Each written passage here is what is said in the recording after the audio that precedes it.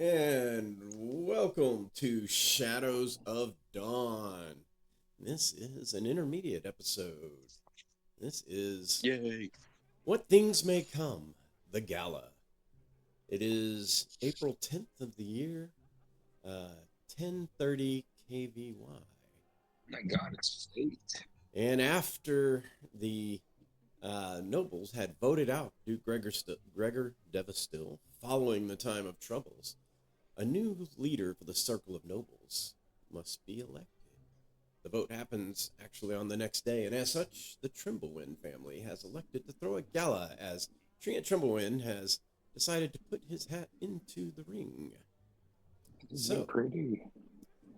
at the Garden of Neuralis and Allure, visitors have assembled. You have some militia that have agreed to guard. You have an external, kind of guy that checks the names as they make their way. The private gala of the Trimblewinds is underway. As well as with their hats in the ring is, I'm not going to say necessarily hats in the ring, voted in kind of by a blind vote. The Marquis Trant Trimblewind, Baron Daniel Warwick, and Duke Drumble Littleleaf. So, with invites from across the realm, these are those who attend. Lovely. You may mix and mingle. 1 second. Pulling up my character sheet. Oops. The gala is bouncing. Servers, dancers, musicians. Lots of names from around the valley have chosen to attend. Seeing as the vote is tomorrow, some may wish to vote in person in Glissondale, made this an interesting event for some. To find out perhaps what the Marquis's plans are.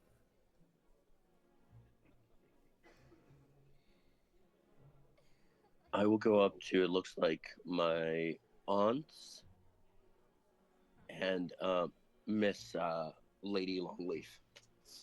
Okay. Lady Karina. Marquis. Yeah, you throw a fine party. Only for the finest of guests. You flatter us so. Oh, where would we be if we did not take care of ourselves and take care of the rest of the valley? Is that not what nobility is supposed to do? In theory, yes. Although what brings us here is perhaps the opposite. What happens when nobility remains unchecked? Or unchallenged. But you didn't hear that coming from my lips. Are you saying you would like to see more challenges, Lady Longleaf? Well, I would say past events have been tumultuous. And in some ways, it appears that old ways are probably not the best ways.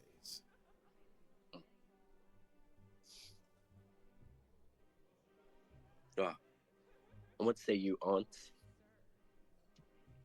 Trent, you have outdone yourself this time. It's quite splendid, especially seeing all the faces from outside the valley. And especially after everything we've gone through. I heard, and I actually saw. Captain Bob Kettle is even here. I will have to go greet him. It's been too long since I've been in Snowshore. I mean, you know what they say about the Snowshore nobles, but I couldn't help but notice. Yeah. Well, enjoy the party. I have to make my rounds. Of course, of course. While Trent is doing that, I'm going to walk up to Trent, my mother, and where is Kyo? Literally 10 feet from Kyo. you. All right. I'm just going to ask all of us to stay close by, and then if any of my brothers are around, I'll also include some of the three of them, and I'm going to cast and Lady Catherine, and I'm going to cast rares on all of us Okay. so that we can be connected if we need to be. So that's me, Treant, Carmen, Kiel, Catherine, Declan, Arthur, and whatever the little one's name is, the youngest who no one remembers. He's But probably not here. all oh, okay, all of them, just with the rares. Just if we need to stay within communication of one another, of course. We don't know what ears will be listening around here. With all these nobles, Most a lot of ears. Yes, I'm sure. I would actually like to take a look at some of the bards, as I know that sometimes bards can act as those that try to infiltrate parties and stuff. So I want to see if I can recognize any of the bards around, and if I've seen them in any of the other courts, for any of the other nobles that are not here. Several, most of which you hired are Glissendalian, so they play the Glissendalian circuit. It was the easiest to pull together on short notice. Local musicians, all fairly well talented. They may have sat in with you or performed here. The dancers are just performers, a juggler, a jester, a fire spinner. Just I might right. advise if you are wandering around and keeping an eye on that thing, keep a lookout for harp pins. Of course, yes, that's an idea. I wasn't even thinking of that. Seeing as someone is still slipping things to the, what was it called? The Black Jail? The Black, wherever that man is being held now. Blackgate Prison. Blackgate Prison, yes. It's best to Indeed, keep indeed. our wits upon ourselves. And this is all through areas, of course. And thank you, Lord Tello. This is quite the tactical move. We'll of course keep you informed if we find anything interesting. Of course. Thank you, Marquis.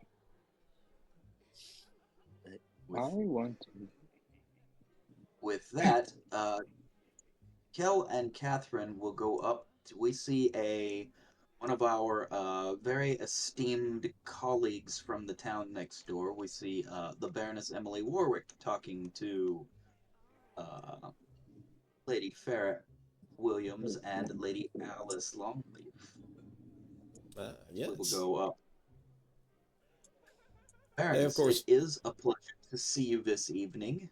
They, of course, fawn over Catherine. It's like, oh, how are you doing? Oh, what a tragedy. You got brought back? Did Treant really bring you back? Of course. What is she going to say? What is her answer? Her answers, we are rather, for the most part on these matters, since it's already out of the bag, we will be truthful. Yes, somehow power was attained and used to her benefit, and we thank the Marquis for that. Yeah, it's got to be that machine everybody's talking about. Well, I wish she'd bring Tarina back. She died too, It's like, well, perhaps there's only so much one can do. Yes, but, why one and not another? I don't understand.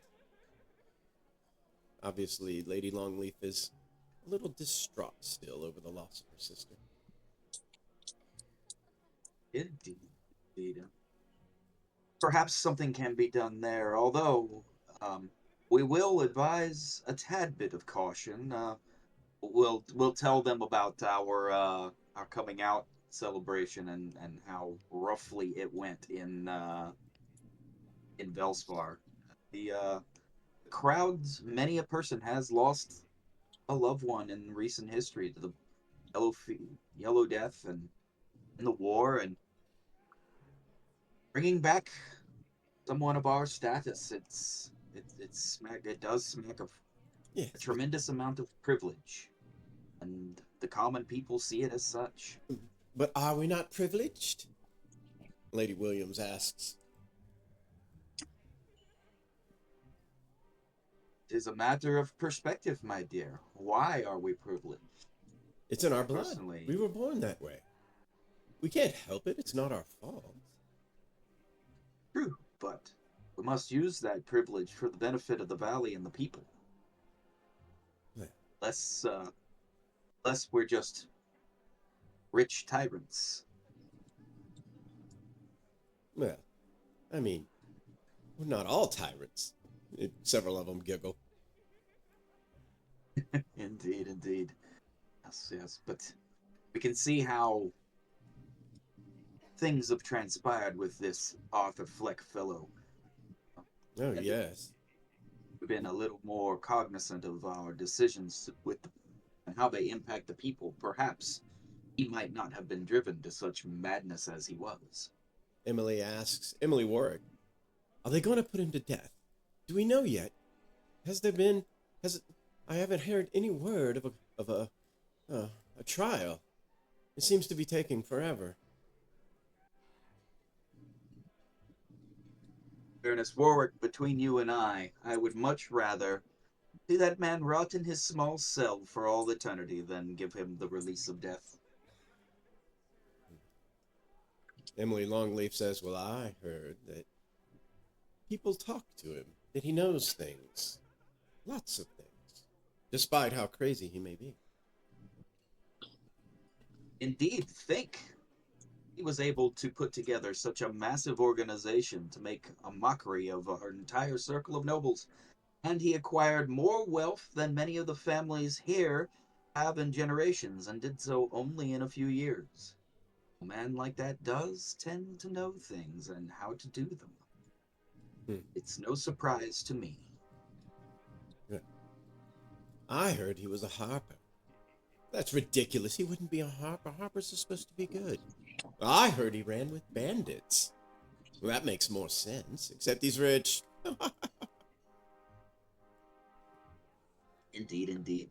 So we'll let the conversation kind of go on for a few more minutes, and then Okay. excuse ourselves to move around to the next group. And with that, I will pass the ball back to the Tremblewings.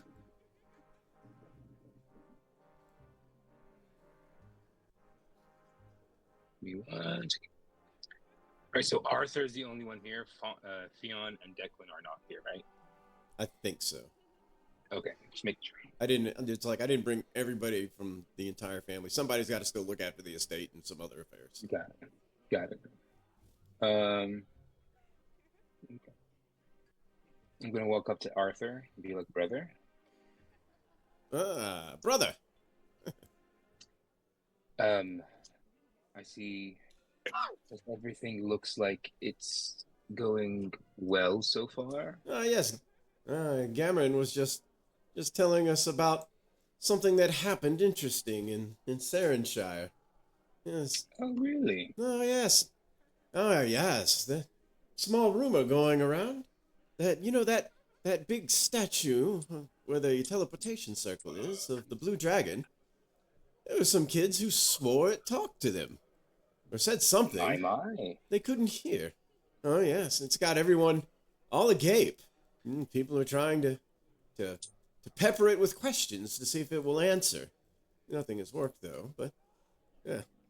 I mean, the kids who said it, well, one of them is usually rather believable, so it's hard to believe they'd make up a story, but it is children, after all. But, nevertheless, following what has happened here recently, yeah, I think the distraction seems to serve the valley good. And the pearls are once again flowing down the river. We'd had a dry spell for a while. Sarenshire, it looks we're going to make it through this thing quite well, as long as that yellow death could be staved off. Perhaps that would be helpful to the valley, of course. But again, with anything with these forests around Sarenshire and Solomir, and who knows what kind of magic prevails in these lands. Some ancient, some new, perhaps. No, I think the longer we tend to go with this age of adventuring, we keep finding these undiscovered things. Well, of course, mine own cousin is resurrecting the dead. My lady mother stands before us after a 5-year hiatus. Well, hiatus is one way of putting it, of course. We call it the blip. No, I'm kidding. Yeah, it's yes. I did not want to be so forward as to ask the question, but is it true that Trient brought back Lady Catherine?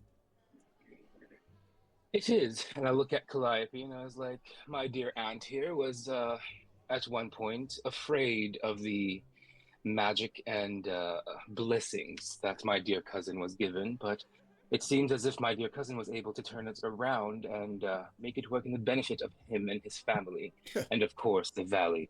Well, I should say so. He does as he waves his arm across the garden of Neuralis. This beautiful splendor here. I mean, it's grown since I first visited.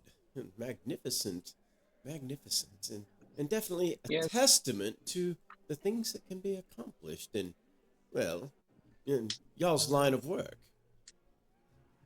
Of course, and my cousin he himself is a great lover of the elven architect and elven culture. That's what he had to pour himself on of those many years he was left up in the attic. And I shoot a glance over at Calliope. He was only left there with his books, of course, and no one to listen to him but Neuralis himself. Neuralis being such a paradoxal deity of our brethren, I can definitely see the life coming through.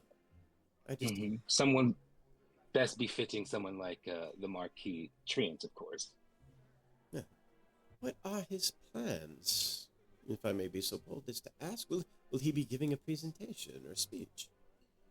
Well, I only hope so. I hope that with what you see here in the gardens and the things that he has been able to do for the valley and for Glissondale through the sick library and through the research he's been able to gather, hopefully his plans only benefit the valley. Yeah, we shall all hope. He raises a glass to toast. And I'll bow to them. Do excuse me, I have some other guests to Of go course. speak to, but Of course. it was wonderful speaking to you, Lord Maribold. You as well. Spell song. Yes.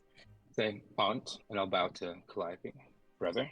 She knows. It's best that we keep moving around and speaking to our guests. Yes.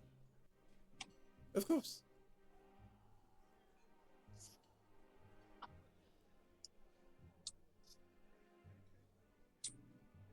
That is my action for a little bit. Let me see who else I Around can the talk table. to. Trent. I will go to The just Iron making- Dudes are here. very slowly around to Lord Mark Kettle, Enya Ataka. Ah, the Atakas And that- from Sarenshire. Oh. Aye. Marquis Trent, you do put on a wonderful gala. Your garden is quite beautiful. Oh, you're much too kind. Trent! Hey. Hey, well, I know Glissondale Snowshore. Perhaps this is going to be a new bridge. Yeah, I see, I hear you're one of the, adventuring nobles, I'm looking to get into it myself. My dad's quite strong, but, they keep me busy. Oh, well, there's plenty to do in Snowshore Harbor. Ah, yes. But if I wouldn't think of adventuring though as like something you do. It's just more education. You learn more about the world as it is, and not just in books or tales. Really? That's Yeah. interesting to note. Yeah. So is it really true that you brought back Lady Catherine? As part of my research on healing, I was able to bring her back with some very serious detriments to myself for quite a while. Oh, well, that's terrible. I wish I could help more, and I plan on helping more as much as I can. Is it, I mean, was it, I mean, I'm guessing it was some kind of magic. I mean, I hear that you have some divine abilities. I wouldn't say divine, but similar, akin to the clerics. Um, but no, I just try to heal and do my best. There's too much pain in the world. I mean, who hasn't lost someone recently or been hurt directly? Ah, yes, that's true. Lord Trient, I do have concern though that the great power that you might wield, uh, it's it can be disconcerting. If you catch my drift. No offense, but with the great power, some would say comes the great responsibility. Mm. How would you balance this scale by wielding power over the dead? Oh, I don't wield power over the dead. I can't resurrect left and right. Um, I think it's. I apologize for getting religious for a second, but I think it's the lessons of Neuralis Annalore that keep me in check of kindness and easing pain, but with the knowledge that we all do die eventually. And so Mm, it's about leaving a legacy of compassion, of building something for our children or our nephews, if you're like me. I see. Interesting perspective. Ah, well, your garden is absolutely beautiful. It rivals some of the beauty of the Shire. Ah, this is my first time to visit the garden since it was built. I've been away too long, but I can see, yeah, what you see in your Neuralis. The beauty, the peace, the life. Very, Yeah. very fascinating. Well, if you're comparing it to the Shire, then I truly know that you are a flatterer because the Shire's beyond beauty. Have you ever been there, Lord Kettle? Ah, well, I can honestly say not. You know, we don't get out much. Lots to do in Snowshore Harbor, like you say. But these days, you know, I guess that time of troubles has eased a little tension. My dad's not so much, and he kind of bumps his knuckles together, head to head with, you know, the pots. But, maybe taking a trip up the valley might be something to do once this yellow stuff is all gone. It's really taking a toll down in Snowshore Harbor. We don't all have the fancy churches and all that kind of thing. But, yeah, we're hardy folk. I'm sure enough of us will make it through. Well, the Shire is also full of hardy folk, so I think you would enjoy a small vacation there. If I may speak on about your home, Lord Ataka, Oh, Lord and Lady Ataka, it is quite Hi. beautiful, and they have faced their own difficulties. And by all means, and a visit from our southern friends would be, well, I would say it would be quite long overdue. Wouldn't you say, my love? Ah, yes, I do believe that you would be most welcome. We could have a feast if you and your father would like to visit one day. Yeah. yeah, There you have we it. are circle. Sounds like we're gonna go on a trip. I must see my other guest, though. Ah, yes, of course. But do remember, like, we are good friends, all of us. Alrighty. Back over to Kel. Where has Kel wandered? Kel and Catherine will walk up to this pavilion. Marquis Longleaf, it is good to see you, good sir. Ah, Marquis Nguyen. Yeah, didn't quite expect to see you come down from Velspar, but it's a pleasure. Lady Catherine, must I say you look lovelier than ever. She thanks him kindly. It is wonderful to be above ground. Eleanor, the Countess Eleanor Delantry, of course, embraces Lady Catherine. Oh, I couldn't have borne the thought, the tears I shed, to see you back here among us. Huh. I mean, I don't want to pry, but was that trying? What does it feel like? Lady Catherine does her best to kind of describe just like a moment in time, just like asleep and then awake, although she skips a lot of stuff that she's told you, making it sound a little less fascinating than perhaps it really was. And they're all like, that's it? Huh. Perhaps. Wow. I don't even know what to say to that. And they kind of let that go. That's it.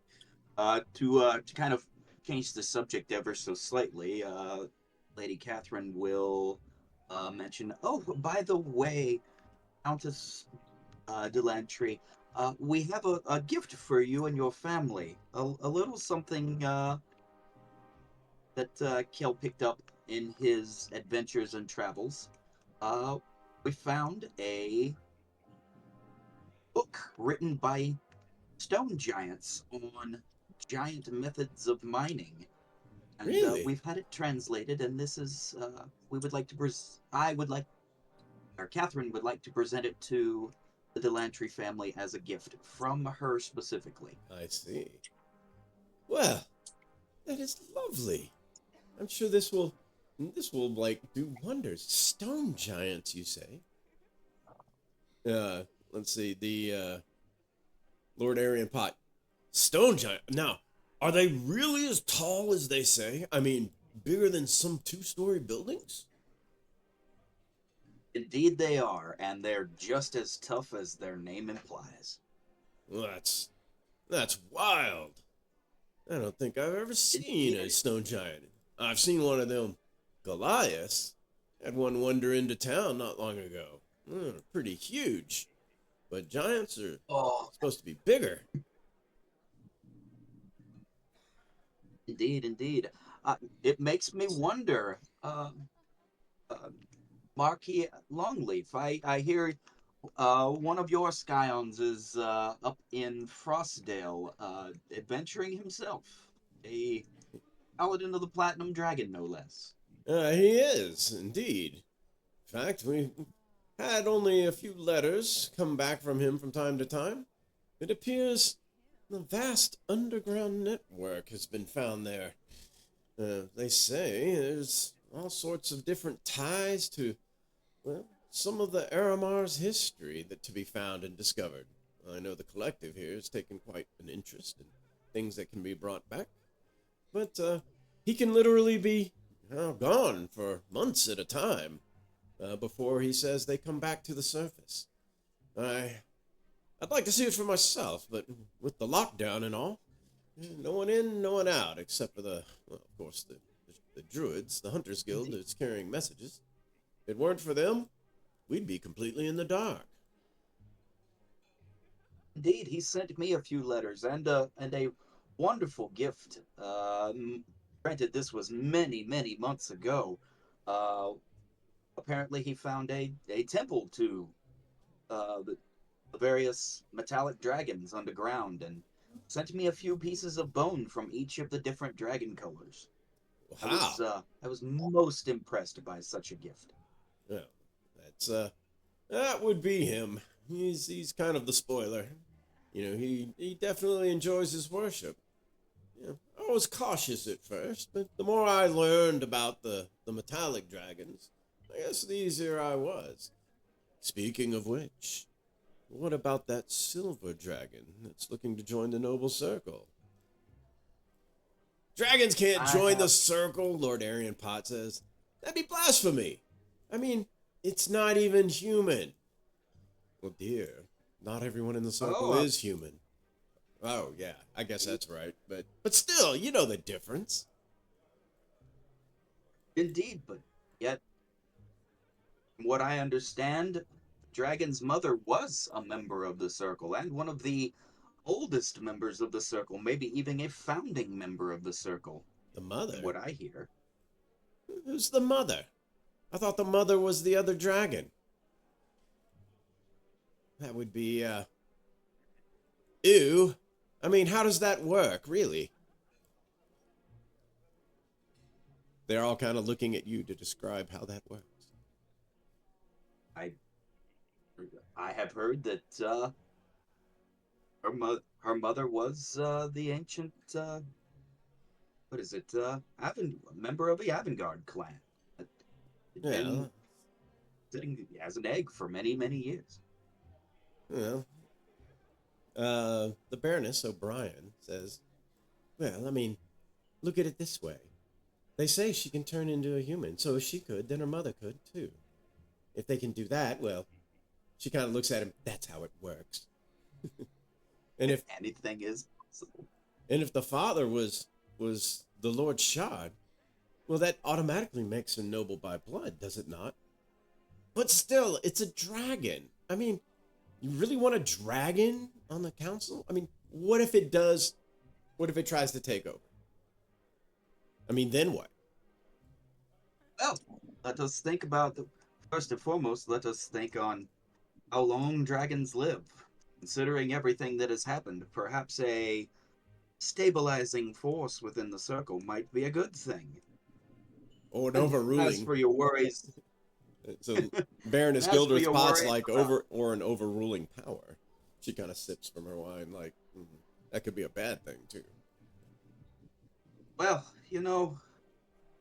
were a dragon, even a circle of nobles member dragon, to get out of line and potentially cause difficulty for the valley, it is a good thing that the circle also has someone with the title of a dragon slayer in its midst. Huh. That's true. They chuckle. The Countess Evelyn de Lantry does say, and let us not forget, we're here because it wasn't a dragon who drug our circle down. That was done by a human. Indeed, indeed. Right, a But, Marquis kind of raises the glass like, here. Yeah. It will yes, be interesting nonetheless. But before we get there, we have the vote ahead of us prior. Before that can be settled. Ah, yes, indeed. I do wonder. Has anyone heard? Is the Marquis Tremblewind going to give a speech? Tell us what he plans to do. I can't imagine he would host such a gala without intent to give such a speech. Yes, I am curious as to how we proceed here. I mean, traditionally, our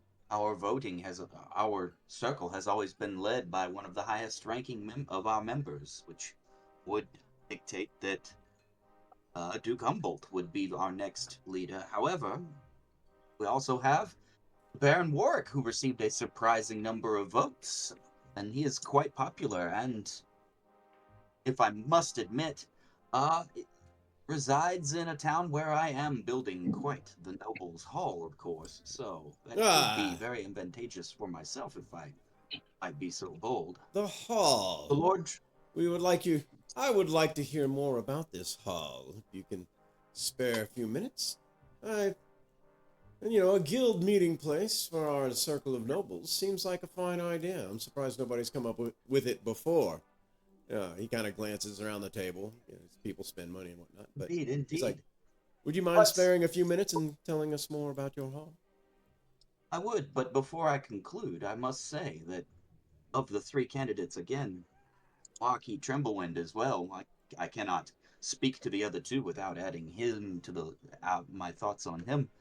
It would be interesting now that we've seen what can happen in the valley to have a member of the circle who is knowledgeable and adventurous of nature as our leader. It might find ways of dealing with these types of problems in less conventional ways that might benefit all of us entirely. It's true. Yeah, we need power at the top.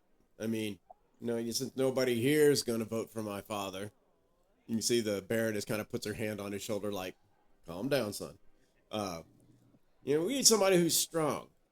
Although Evelyn Delantry does say, yes, strength is a good feature. Although, if something were to happen, I mean, the Tremblewinds and yourself were involved with the capture of Harlequin. As a leader of the circle, would you have the freedom to do the same? Sometimes I feel our callings might just be more different than our desires. That, my countess, is a valid concern. I, myself, am fortunate in that I myself know this full well with my obligations to the town of Belspar being on the council. It is difficult sometimes for me to travel when needed unless it is a call from the whole valley, as with the incidents with the giants recently. Catherine says, oh Lord, is it? She drinks from her wine. Imagine not seeing your husband for months at a time. And of course, Evelyn Delantry and both Gilders Pot, almost at the exact same time, go, oh, darn. As they drink and the little chuckle breaks out.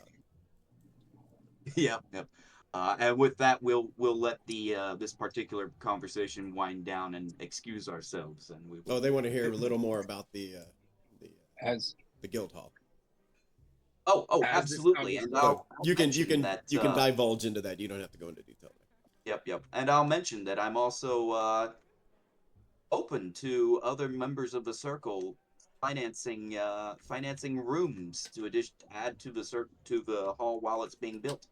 Your name would be on the room, and of course, during the fall festival, you would get first dibs on your named room. as this conversation is happening, Tell is going to wander by, and he goes, again, what better real estate is there than the mountains of Glissondale herself? Of course, if a hall should be fit somewhere like Emdale, with its beautiful and boundless views of nature, well, the gilded city of Glissondale herself should have a hall. What say you, Marquis? I'm talking to Longleaf, Marquis Longleaf. Well, I think that's a fine idea. We've been meeting at the town hall ever since I can remember. But yes, I think that's something we could postulate on.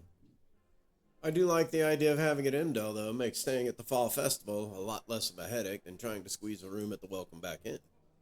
But of course, the one in Emdale would be quite a spectacle of itself, since the Marquis de Warren here would be its benefactor, as I'm sure. But I couldn't help. I couldn't help but listen in. I'm so sorry to eavesdrop. But was there talk of perhaps trying to figure out whether there's someone of power that could lead the circle herself? And are there any doubts of the Marquis Tremblewind being able to do such a thing?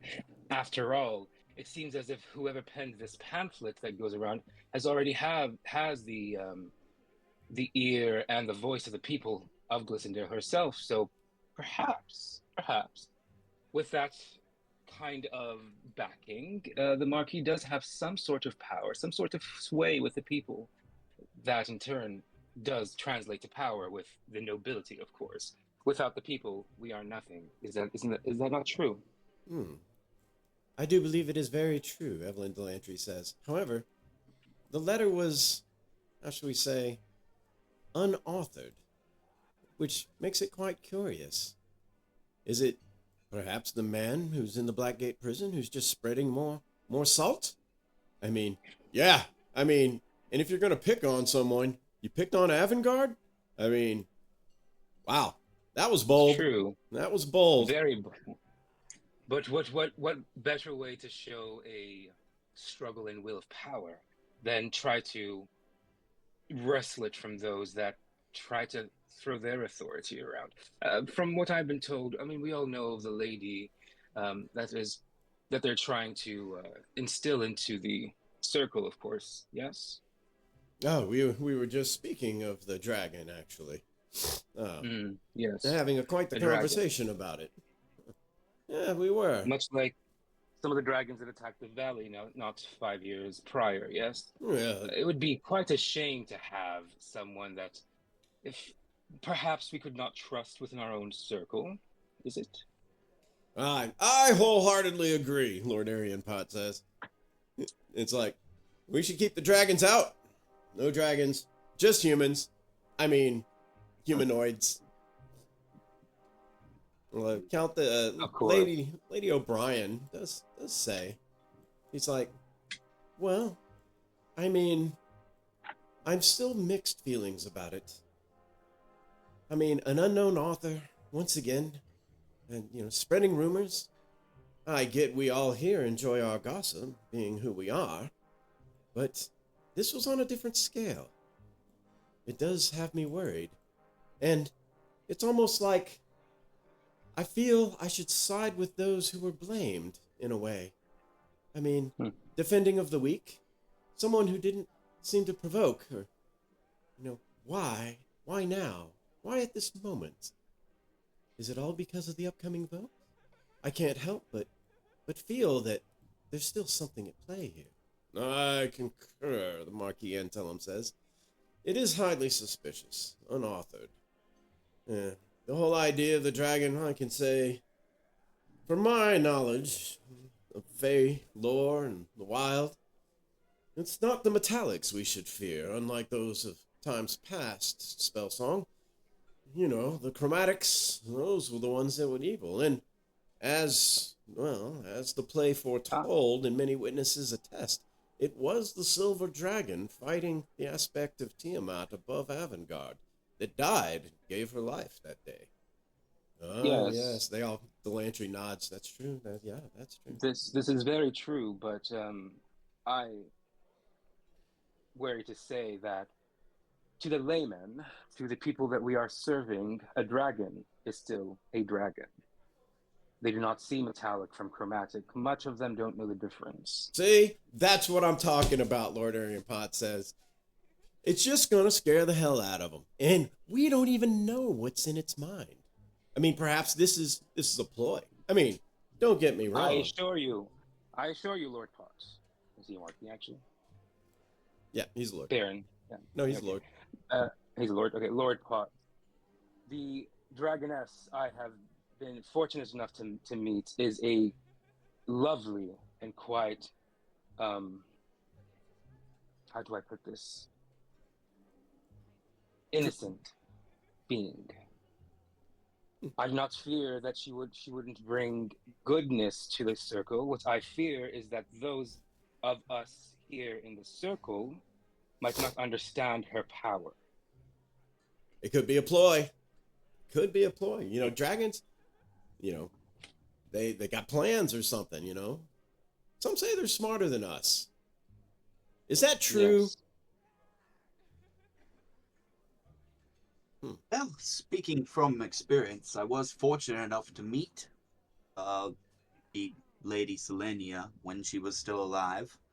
Really? She was very insightful and quite wise in where she did interact with the various groups of adventurers when all of that was going on. It seemed that she was trying very hard to guide us to better protect the valley and also keep as low a profile as possible. I think she knew that many of us might not understand the dragon being about and trying to help us.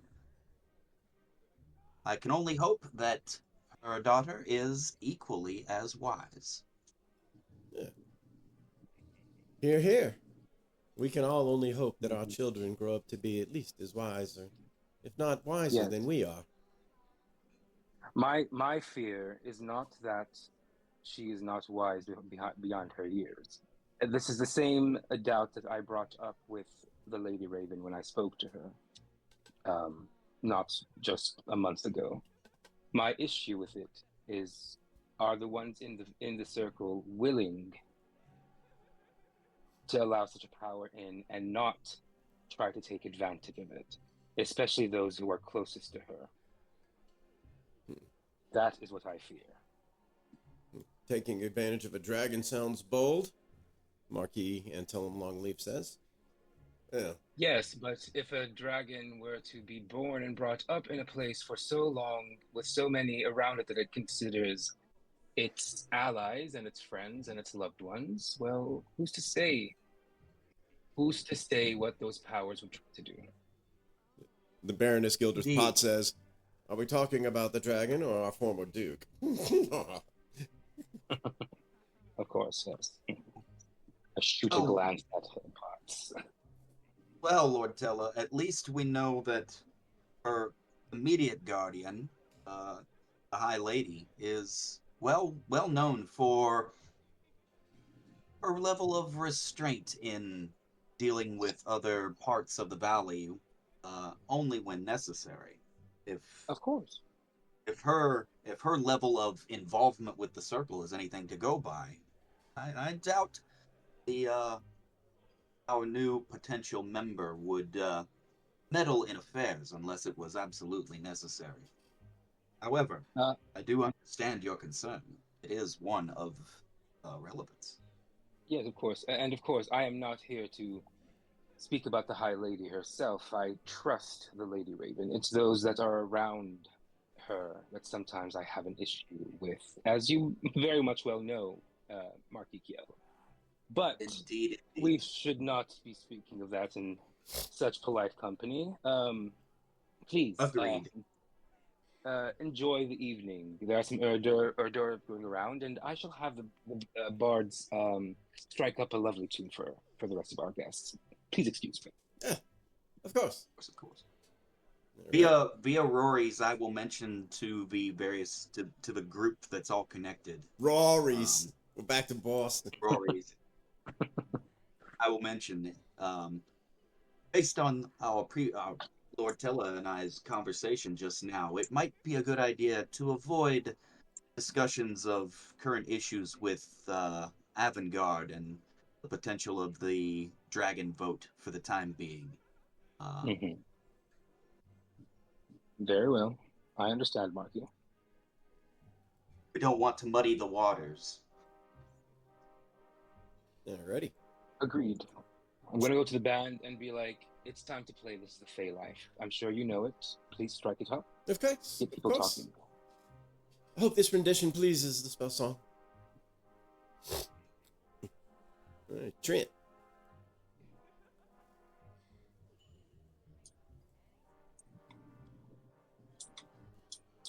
Trent on mute. Did Trent go to the bathroom? Oh, Oh, Peon sorry. is here. I will go to, it looks like Lord O'Brien and Baron O'Brien, Captain Kettle. Yep. And so there I was, just looking at her saying, come on, wench. If you want to do something, then now's the time. Really? Is her skin as gaunt as they say? Oh, gaunt like a ghost. Like a banshee, even. That Marquessa. Whoa. Yeah, she's really out to get the pots, but she won't mess with the kettles. We'll be just fine. Yeah, that sounds very interesting, Captain. Ah, Marquis, Trent, please come and join us. Your gala, it's quite extraordinary, the Baron says. Well, thank you. There to be some food shortly, and then of course the The servers have come around. You can see a couple of crumbs in Kettle's beard. He's like, yeah, most delicious. Yeah, little cream cakes. They don't make those down south. Definitely gonna have to find the recipe. I will make sure to send the cook down to you then. Um, just making sure everyone's enjoying the gardens. After the last few weeks of stressful, well, inner city discussions, I just want to make sure that we have one night where we can relax and remember that we're a circle. We depend on each other. Of course. I think that's very important. So, tell us, what are your plans for the circle, Marquis? Oh, I would like to see more unity, and um, as everyone knows, I'm into magical research for healing, and I think it's important right now that we as nobles take care of the people, take care of the everyday person. Because Yeah. yes, we get to live with cream cakes and gardens, but we also have the ability to help them, to heal them. I mean, the Yellow Death, enough said. I mean, what has the Yellow Death done but ravage our beautiful valley? Aye, yes. It's gone quite the number. Although, I do know there are some boats out looking for a cure. Oh, if we're lucky, they'll be able to return. I haven't heard of anything in the valley providing any kind of permanent stave away from this vile sickness. Only a good constitution, you know what I mean, Baron? A good constitution. Yes, we at the sick library are drained every day healing people. I just wish there were more I could do. And I think as head of the nobles, I could do quite a lot. So forgive me, Marquis. My father won't be so bold, but I will. If you are going to be at the library doing your studies, how will you run the circle? At least in the interim, we have no way of knowing when this Yellow Death will be, you know, alleviated from, or cured, or even if it ever will be. But your studies seem quite important, and I do not diminish your studies and in what you have been able to do, even with the claim of the recent accomplishment of bringing one back from the dead. Would would not your abilities perhaps be best where they currently are? Oh, I thank you for your candidness. It's very rare in our circle, as you know. Um, so I've done some adventuring, for better or for worse, and I've learned that I'm not made for that life. And yes, the sick library may take up some of my time, but the nobility comes first. So I would make sure that we are unified across the valley with our respective houses, our respective cities, um, especially those that are represented here tonight and tomorrow during the vote. It saddens me that some don't feel unified enough to show up. But when it comes to my time will be spent where it can do the most good. And I truly believe that's the circle of nobles right now.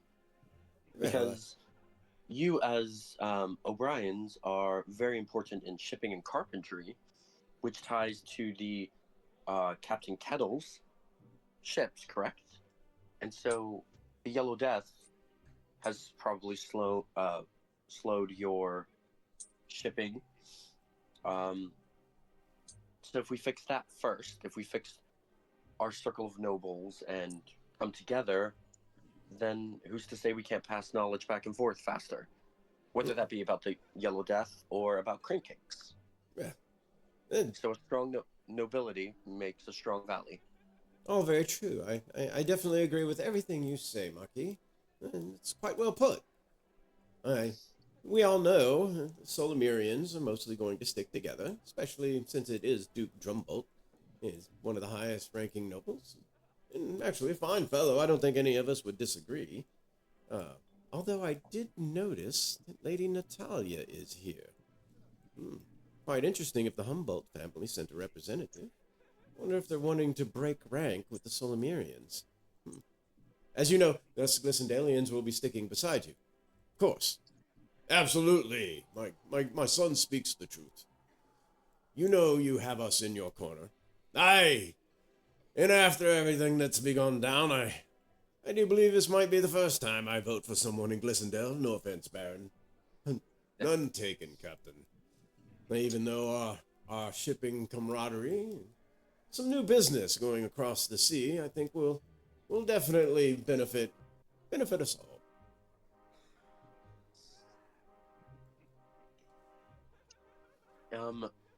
Okay, out of character question. Okay. Davy Jones and Snowshore, that's the one that's the neutral territory, right? Yes, Davy Jones. Yep. Okay. Although these days it's starting to get a little blurred. Okay. Well, Captain, I would love to come down to Snowshore and maybe have a drink at Davy Jones with you. Ah, I'll make most sure excellent. I look forward to it. as well. Thank you, Marquis. We do not wish to keep you from your guests. I'm now going to look for Natalia that they mentioned. Do you guys see her? She's up near the front. I don't know, but I'm at. I'm going to talk to Tom Wilson next. Although Natalia. a server does come by, both either Trian and Tella. There is a guest at the front. We're not sure if we were supposed to allow them in. It's a lawgiver. Oh. Is always Cousin? here. Yeah. And I'm going to. Yeah, I'm going to tell. You can go ahead and keep going. I'll slide over to who wants to go next before that happens. Yeah. I'm just going to tell Fionn and Arthur to stay close by Trian. Just watch out and make sure the guards are aware if anything does come up. Okay. While you're setting that up, I don't mind going. All right. So, where are you on the map? There we go. Found it. Catherine and Kill are over by, will approach Lord Alan Tamrin, Lady Tamrin, and Duchess Ironbeard. The Tamarines. Marquis. You made it. Yeah, we heard you were coming. Indeed. A little bit of a long ride, but worth it for this. It's been, truth be told, I don't think I've ever had the pleasure of being part of a gathering of a circle of nobles at this scale. It's been quite the time since I've heard it. I know my father used to say that they would do something occasionally and they'd come out this way. But it has been quite some time. Of course, back then we were all linked through Tindleton, and any chance to get out of there was, well, you took it. Indeed. Duchess Grenin. Marquis, it's a pleasure to have you once again in the city. I don't think you and I have formally met. It is to my regret that you are correct, although I'm happy that we are rectifying that now. And this is my lovely wife, Lady Catherine. She's lovely. Lady Catherine, Duchess Gretchen Doodlewill Ironbeard. At your service. Yeah. Well, this garden is wonderful. It's definitely grown. As a gnome of my kin, I definitely love nature. Some of the small animals that run through are quite friendly. They seem to enjoy the place. How are you enjoying this day's festivities? It's been fantastic, and we're about with Lady Catherine getting a little more social, as it were. And to that effect, Duchess Gretchen, we know your family is into gem mining. We brought a gift for you. Really? A gift? Indeed. Oh. Lady Catherine has commissioned a book. In my adventures in dealing with the giant threats, we've discovered a book of the stone giants had and of their mining techniques, and been translated, and it is a gift from Lady Catherine to your family. Oh, thank you. She kind of reaches up to give her an embrace and kind of gives her a hug and looks at the book, and she flips through few pages. He's like, "This is extraordinary. What a wonderful gift. I know the family will definitely like to look this over. Being both dwarf and gnome alike, this is definitely something that will be of great interest to us." Well, so, is it true that the giants are as tall as they say? 12, 15 feet tall? And can throw boulders for, for yards? It pains me multiple times to say that both facts are true. I've indeed been on the receiving end of several of those boulders in dealing with the giants. They are quite capable of lobbing quite heavy stones. Yes, and unfortunately, in trying to dash my husband's wonderful looks, they kind of laugh. He's like, "Well, it doesn't look like they've done too much damage, Lady Catherine. He seems to be all in one piece thus far." They all kind of chuckle. That has more to do with my good friend, the the high, or I guess what is he now? The Archbishop of Morden than anything else. Oh, He's the Archbishop? known to keep me alive and in one piece on multiple occasions. Yeah, well, the Archbishop needs to come down here and give a sermon or two. I mean, Mr. Silverhill's sermons are quite rousing, and I like them, but, a visit from the Archbishop would be something. And it's like the Church of Morden down here and the Ironbeards help sponsor that, We got that put in. Definitely right up our alley. Indeed. And speaking of sponsorships, I might mention that, of course, we are building the Great Nobles Hall in Emdale, somewhere on neutral ground for all of us to meet, to kind of waylay any issues like this, like we've just had, that might happen in the future. And I am allowing noble families to sponsor a room if they so choose, and of course, with the sponsorship, the family name will be on the room, and the family gets first dibs on the room during the fall festival once it's completed. I will mention that to the Duke. Yeah. So tell me, how do you have any idea? I would kind of lower my voice. We all have any idea on how we're voting here? Well, most of Glissenden, I believe, is going to stick with the Tremblewind family. It's almost like tradition these days, one of our own, and if you have the block, you have a great chance. Very seldom does it actually travel outside of Glissenden, but I do believe the Solomirians are going to unite, even though I do know Lady Humboldt is here. Quite interesting. Wonder if their Humboldt family will defect, being an adventurer herself, although anonymously. Kind of makes the joke. Indeed. Indeed. Well, to be honest with you, Marquis, being a Tamarin family was probably going to follow in your footsteps. If you don't wish to voice it out loud here, we must have a talk at least sometime this evening or early on the morrow. We'd kind of like Velspar to stay united. Indeed. Well, I'll be honest with you presently, Lord Tamarin. I am a bit torn. Of course, technically by rank, Duke Humboldt is, or would be in normal circumstances, the preferred choice of the circle, being that he is the highest ranking of the three. And of course, we have the concern that Baron Worthington is tremendously popular presently. Warwick, not Worthington. Baron Warwick is tremendously popular Aye. presently, seeing everything that has happened. He's even here. But also, I saw him at one of the tables earlier. Well, from what I hear, he's been here for quite a while. Yeah, I mean, but yes. I mean, if this is... Yes. It was not mentioned as a vote gathering, so I guess it makes all the sense in the world, but I find it interesting. Although the Baron may, knowing how humble he is, the Baron may politely decline if asked to be the head of a circle, which makes things more interesting. And of course, I myself know the Tremblewinds personally.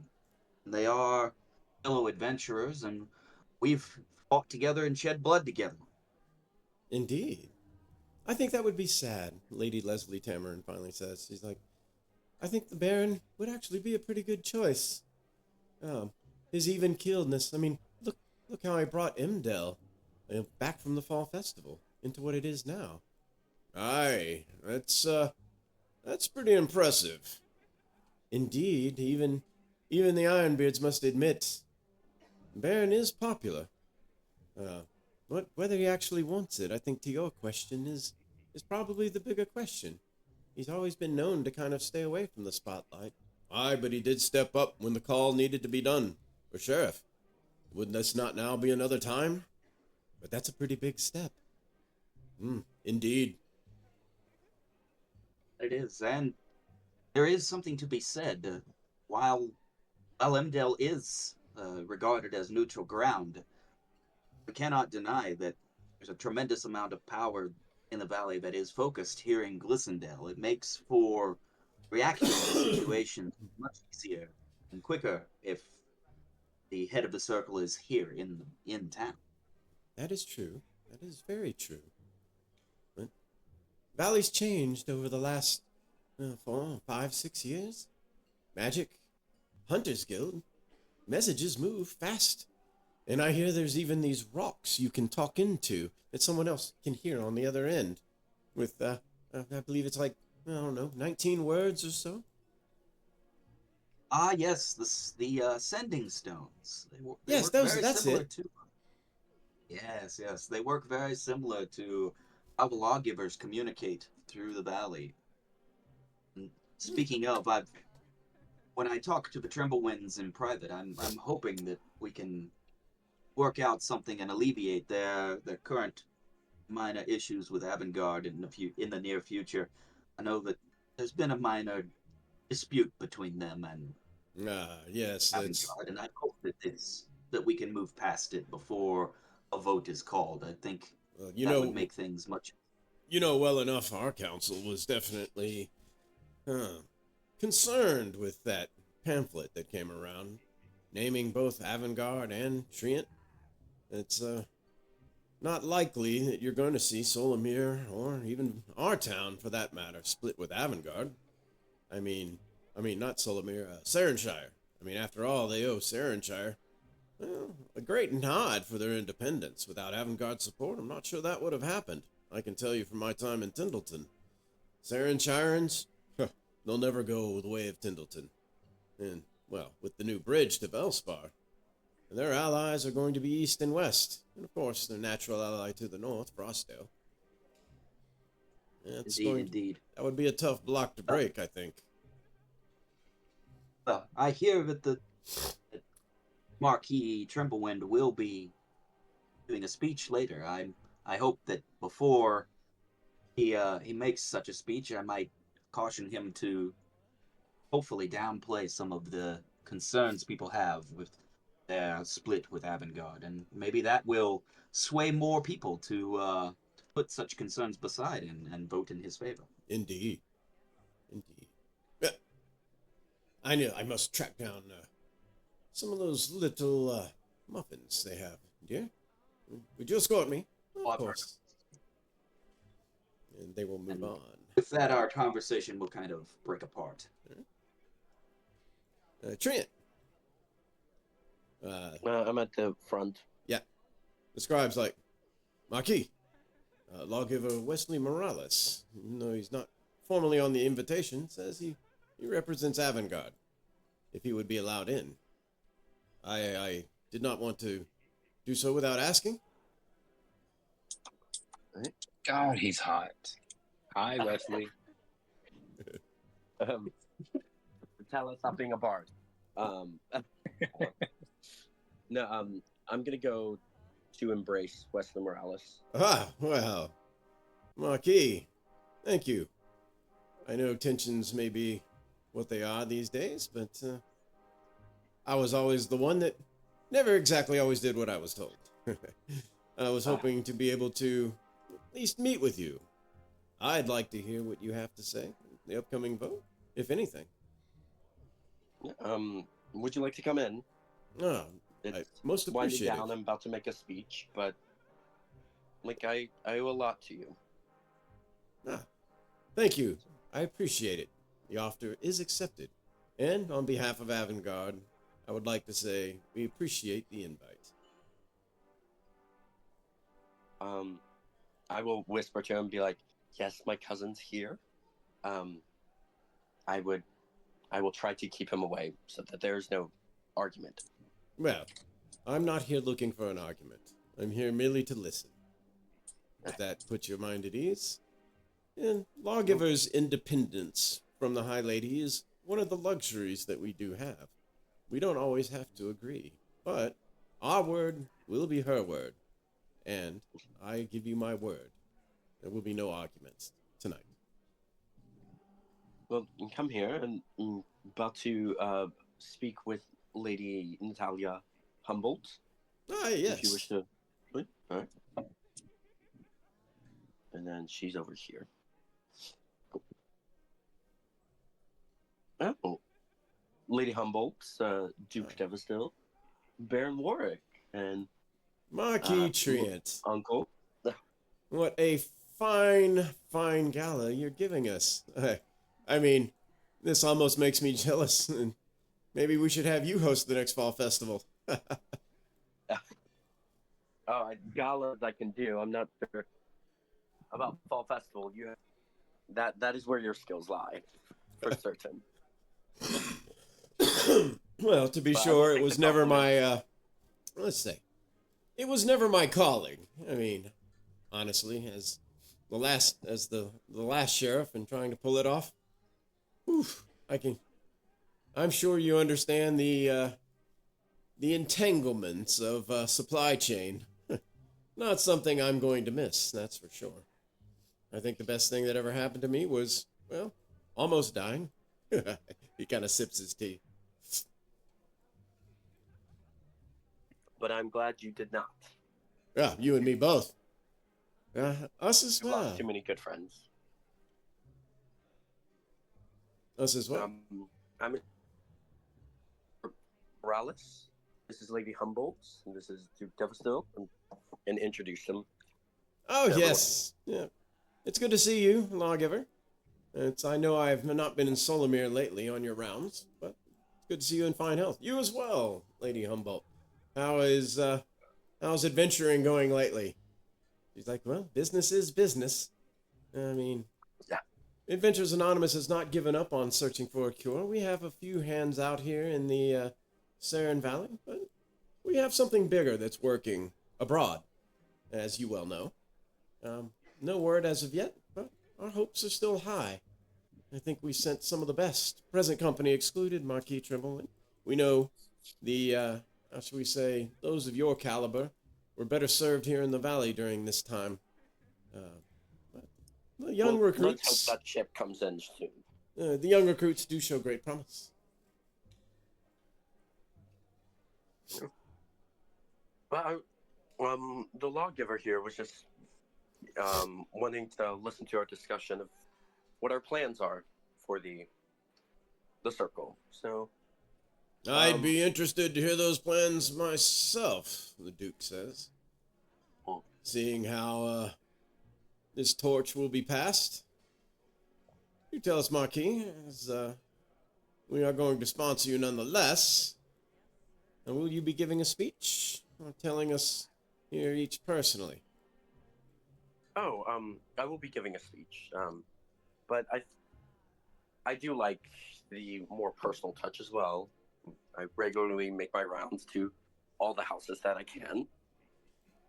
Probably to your annoyance. Be careful you don't lose your voice, especially with some of these gossiping nannies. Baron Merriam Worthington kind of pops him on the shoulder. You can tell there's some playfulness there between Worthington and the Duke Gregor. He's like, and she didn't even call him Duke. She said, Gregor, mind your manners. He's like, ah, No, yes. Sorry, Baroness. I want to see more unity. For too long now, we've been broken up into cities, and then cities have been broken up into infighting. I think a strong circle of nobles makes a strong valley. Um, we're all intertwined, whether that be through jewelry making or trade, and especially with the Yellow Death looming over every city, we need to band together. And so my plans would be to strengthen the circle of nobles so that we can help each of our cities. If we help everyone, we help ourselves. Oh, of course we do. I mean, it's only natural that way. But different towns have their different laws, and some towns are, well, how should we say, quite a bit more independent than others. Which is why I think it's important to, from this point on, if I become head of the circle with your lovely supports, I want to be able to dedicate my entire time for that. I do love my research for the Yellow Death and how to cure it, but I think I would best serve them, best serve the valley by, how to say this, enriching our nobility, and I want to spend as much time as I can supporting those strong families here. Yeah. Well, definitely, if you're enriching nobility, you're going to get the Snowshore Harbor support, Baron Daniel says as he sips his tea. They all kind of laugh. Like, Baron, you're incorrigible. It's like, oh, come on. It's a joke. Everybody knows pirates, you know. He's like, Baron, Wesley Morales says, he's not wrong, you know, but he kind of smiles. He's like, but you, Baron Warwick, you're also up for battle, so... Indeed, and not exactly of my own accord. I think I got teamed up on. He kind of looks at the Baroness. She's like, oh, come on, you did such a great job with him, though. It's like, yeah, I mean, thank you. I mean, it's like, it's a big responsibility. Something that would, well, I'd have to have a long talk with Emily, if it were to even come my way. Not that it would. Lessendel's going to vote for you, I'm pretty sure, Marquis. And Solomir, you know, or Little Leaf. Kind of depends on where everybody else falls. But, I feel that if I am called, then it would be the least I could do to finish out the term. No offense, Duke. He's like, none taken. To be honest with you, I've got other things I need to keep in mind of. Well, I don't want to think it was perhaps my responsibility or fault. Circumstances are what they are. Yeah, doesn't really affect my pocketbook, and if I get a chance to get out, well, I think perhaps my time has passed. It is hard to say that the valley is not changing. And our little overseas investment, well, hopefully with that return, that would be nice recompense. It's good to see you taking it well, but I do think well, how should we say, the youth movement is starting to take over. Indeed. It's like, I do think Duke, your position against those who adventure has been quite stout, and, well, at least in my eyes, I've always been forthright to say, off-putting. He's like, well, you don't exactly represent the traditional Lady Humboldt. True, while I may not, I do believe that there was a time when nobles could both wield the sword and the shield and still remain noble. He's like, well, only in the fairy tale books. But feel free to prove us all wrong, lady. If there's one person who could, maybe it's you. No offense, Maki. Oh, I also aim to live up to Lady Humboldt's ideals. If you could tell my father that would be even better. To be able to fight for what is needed and to be able to cherish what we have. That's the goal, isn't it? For a good life. Indeed, indeed. I think we would all drink to that. Yes, we would. The good life, the Baroness says. Hmm. Well, I definitely look forward to hearing your speech, Marquis. Truly. I bet it's going to be fascinating. No, it will be in approximately 12 seconds. So I'll do that as my next action. All right. Whenever you guys are ready. Okay. Now move around one more time. Tella, where you at? I'm over Gotcha. at almost. Yes. The Baron. Ah, Tella! Yeah. Are you going to perform tonight? Will there be a ditty? I could use a good drinking ditty. Perhaps you might see my piano fly around, but no, I'm going to let the bards handle that today. Ah, pity, I'm pity. trying to rub shoulders, of course, you know? Understand. Yeah, I was Now, just how talking here wonderful- with the good Baron Milner Tomlinson here. Yeah, kind of catching up on some of the trade that's been going on. Trade? Oh, within the city, of course. Well, his son, of course, as you know, is a captain. He captains one of the ships that's been gone for some time. He's of course worried about. Is it Mitchell? It is. Ah, indeed, yes, it is Mitchell. But it's I wasn't. He's a captain of the Visage. I wasn't aware. Yes. I see. I wasn't aware. That's lovely. Perhaps on their venture back. I mean, they've been gone for what? 4 months now? 3? Ah, yes. They've been gone quite some time. Didn't have all the details. Only he's gone across the sea once again. Things usually take 6 to 8 months, from my understanding. But it is supposed to be, well, twofold, the rumor says. One, looking for a cure of the Yellow Death. And the other, well, extra trade route. It took off late in the season, so there was extra supplies brought aboard. Merchants Guild, and even the Duke Gregor Devastil signed off on the commission. A couple of adventuring groups, as I understand it. There was another ship that went, although I can't recall. I see. Well, it's been wonderful seeing that there are others that have picked up the visual of adventuring, and it's time for those of us who have had our time in the glory to pass the torch on to someone else. A second age, perhaps. Yes.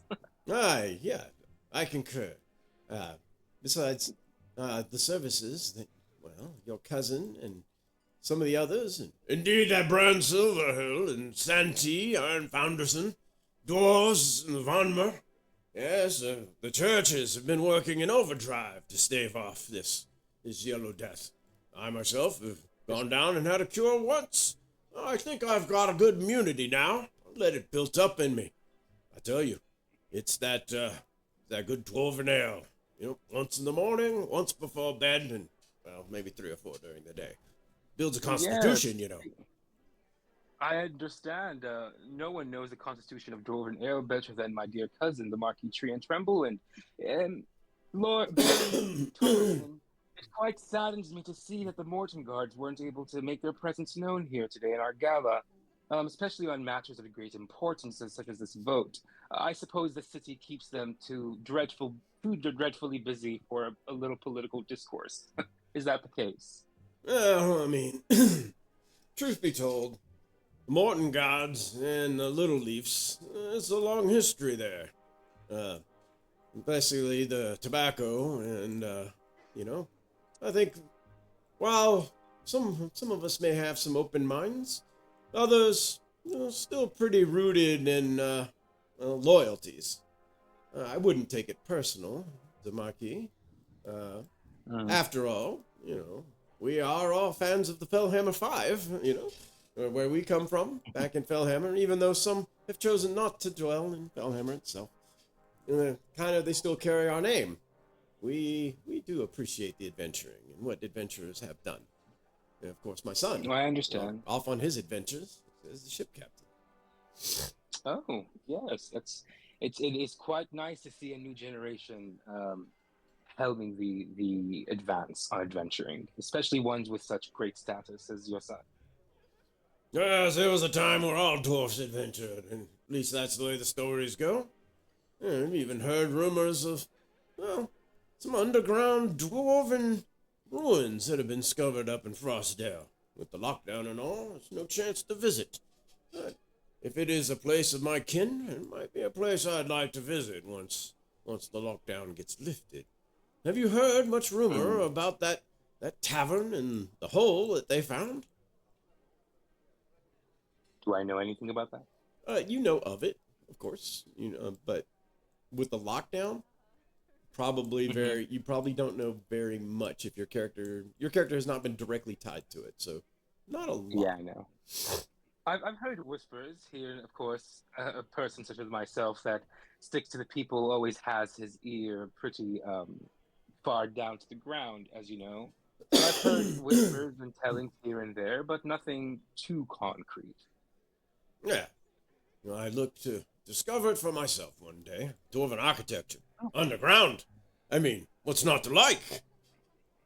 That's true, and perhaps eventually, maybe you can find someone to write such a wonderful tale about what you found. Yeah. Of course, that would be magnificent. I think I might have someone in mind. He does the little shifty eye thing and he lands on you. Yes, there's been quite a number of writings that have come across the valley recently, but perhaps it's a talent that so many are taking to right now, and not just those of the terrible troubles. Yeah. But I would, Baron Tomlinson, I would like to let the Morkan guards know that we kind of missed their presence here today. I'm sure my cousin has missed them too. Just if you would pass it along to them, if you happen to see them within your own circles back in Fellhammer. Of course. I'm sure the Fellhammerian people also understand the quite importance of such a vote coming from the nobility itself. Well, we look forward to what the Marquis has to say. And of course, at our council meeting, we will relay with all due haste the words that are spoken before the vote. Of course. So how wonderful it must be to be the sole voice of your great city. A perpetuity of purpose, perhaps, with no dissenting voices. The Lantries are here as well, so it'll come from. Yes, I'm sure of it'll course. come from both of us. I should meet with them also, with your leave, Baron. Thank you. Duke, and I'll Alrighty. give a bow. All right, over to Kel. Kel and Catherine will walk up on the group here discussing things. And Kel will take notice. Lawgiver Wesley standing shoulder to shoulder with Marquis Trient. That is a very comforting sign. Lawgivers, we have to walk our independence. It's a thing we do, despite official note, or how should we say, sometimes decree. Sometimes it does pay to ice skate uphill. Indeed. I hope this is a bridge that gets the discourse between the Tremblewinds and Avangard past us and well past the past water under the bridge, as it were. Indeed. Not something anyone in Avangard wants to hear about any new rifts. Wish certain things perhaps did not happen, but that's not here to talk about that right now. I'm here to listen. Indeed, and of course. And with that, I must apologize. I must have a word over here with my other fellow nobles. No worries. And with that, I will walk up. Marquis. Duke Gregor. Hello, all. It is a pleasure to see all of you in one place. Yeah, we just discussing the events of present and past here. It's a pleasure to see you. Indeed. It's like, Marquis. For those of you who have not had the pleasure, this is my beautiful wife, Lady Catherine. Lady Catherine, you're looking as lovely as ever. Both Natalia and Baroness Worthington both kind of fawn. And Baron Daniel Warwick's like, "It is definitely good to see you in health, Lady Catherine. I know Imdel would not have been the same without you as our neighbor. Especially when your husband disappears for so long." He sips his tea. He's like, "Yes, indeed. I know. Something I'm hopefully going to work on in the future, trying to keep him closer to home." He's like, "How is that?" Duke Gregor asks. "I mean, I must admit, and it is no secret, I'm not a great fan of the adventuring, but the turmoil and stress it must put on a family. I mean, not to pry." He's like, "Gregor," Miriam says, "Gregor." He's like, "What? It's an honest question. The Marquis should have an honest Oh, no. answer." It is all right. Fortunately or unfortunately, as depending on how you look at it, I've had the chance to adventure a great deal, and because of it, I've become one of the assets of the valley when dreadful things happen. And I like to think of myself as the mailed fist of the circle. You know, when the valley is in dire straits and the circle needs a noble to step forward and show that we are doing what we can to keep the valley safe. I like to think that I'm who they call on for that responsibility, and I accept it wholly. Ahem. Unfortunate, Lady Humboldt says, "Ahem." oh, of course, Lady Humboldt, your own efforts are quite well known as well. I tease you. But yes, the Duke and And I have yes, had this one of conversation your over and over. yes, Now, if I could and get you one to of talk to your my father about that, that would be great too. indeed, and one of the members of your Adventures Anonymous is one of my very best friends and adventuring companions. Ah, yes.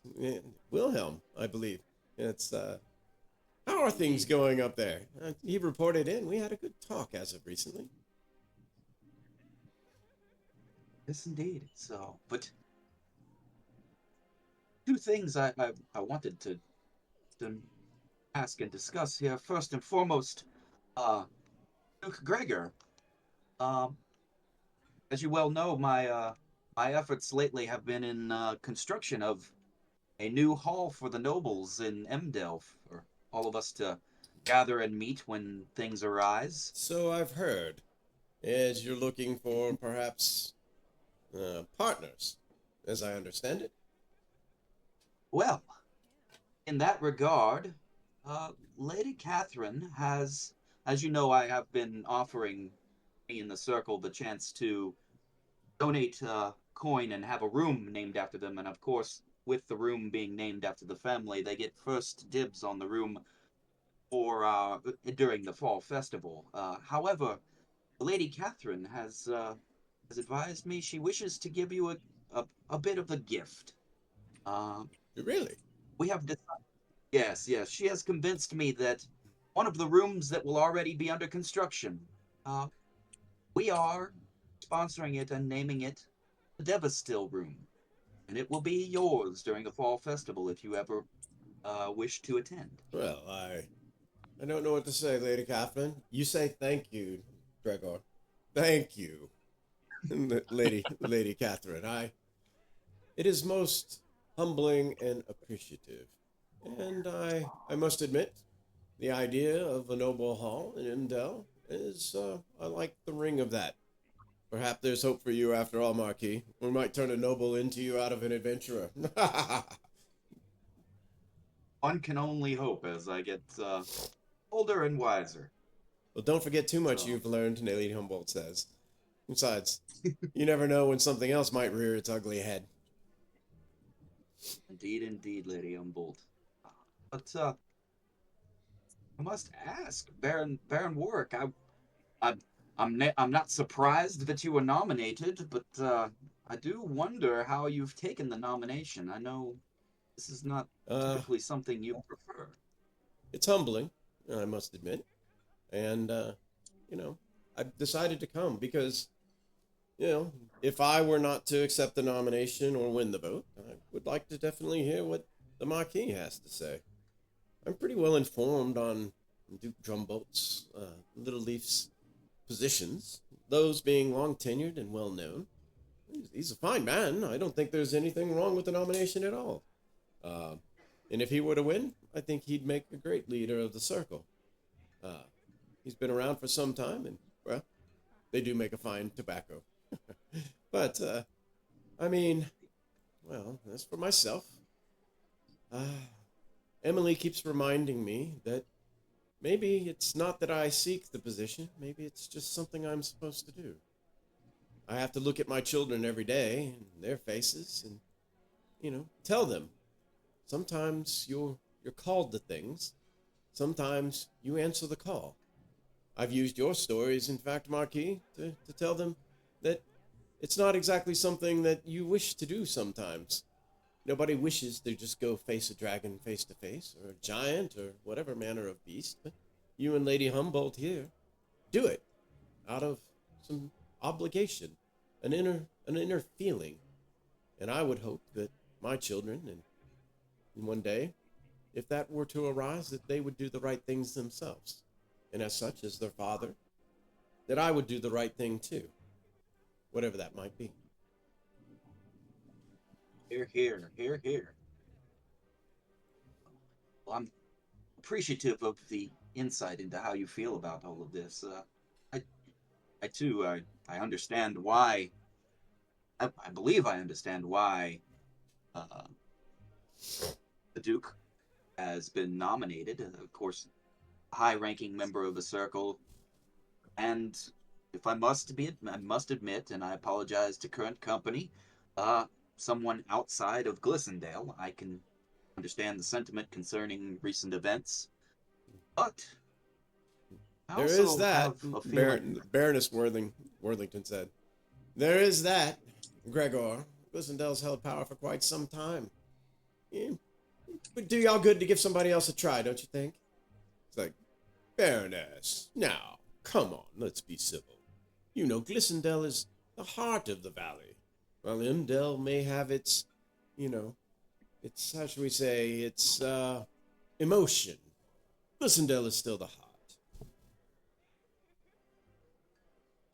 However, the heart needs to take care of the other body parts, does it not? Ah, Marquis! Baroness. Let's see. See you standing there. Of course it is. The heart has to take care of everything else. But it's still the heart. Without the heart, everything else dies. Not I apologize, everything. Marquis and Duke, but Baroness, would you be interested in someone who would be willing to travel the valley monthly to make sure that the various cities are doing well? Now that would be a change. That would be a change indeed. Here, here, Marquis. That's Here, here. Baron Daniel Warwick says, here, Marquis. I think that would be, well, I think that would be nice. Although probably a logistical nightmare, but nice. Although, someone of your power, well, I'm pretty sure it wouldn't be that much of a logistical nightmare at all. Adventurers, and you guys are strong, take care of yourselves, and the way y'all can move from place to place, I mean, that would definitely be a boon. There's a good reason right there to vote for the Marquis. Oh, well, I will keep that in Indeed, I mind. agree. Ah, Daniel, are you trying to sell us on yourself or the Marquis? Not sure who to vote for anymore. He's like, well, Baroness, may the best man win. And I'm pretty sure however it works out, I'm sure between all of us, trying to work it together, it'll work out just fine. I think Duke Little Leaf is a fine Duke. I think Marquis here has seen and done things that only us nobles could probably ever just imagine. And that experience that could bring a whole wealth of knowledge to the noble circle. I myself would only live to serve and to answer a duty. So the way I see it, doesn't really matter who wins. Of course, Duke Gregor's well, that's a noble answer if I've ever heard one. He kind of sips, everybody chuckles. So I understand we're going to get a speech, Marquis Tremblewind, Lady Natalia asks. Is that coming soon, or should I go grab another croissant? Out of character, do you guys want to do something else? I'm just gonna walk up to the rest of the girls and ah, lawgiver, aren't you a sight for bloodied eyes? Spell song. And Rory's, if you screw this up for me, cousin, I will never forgive you. No, of course not. Of course not. Spell song. Morales, He actually straightens his mustache just a little bit. Spell song. it's a comfort to know that you, Sir Lawgiver, are rules above all else. So wonderful, so uncomplicated. Oh, But please, welcome to the great garden of Noralis Alanor. ah, yes, it is actually one of my favorite places to visit when I'm here in Glitzendale. It's quite peaceful. I mean, the All-Faith Shrine hustles and bustles. The garden is very nice. I always have to stop by and see Mr. Iron Founderson at the Church of Moradin. Keep up good relations.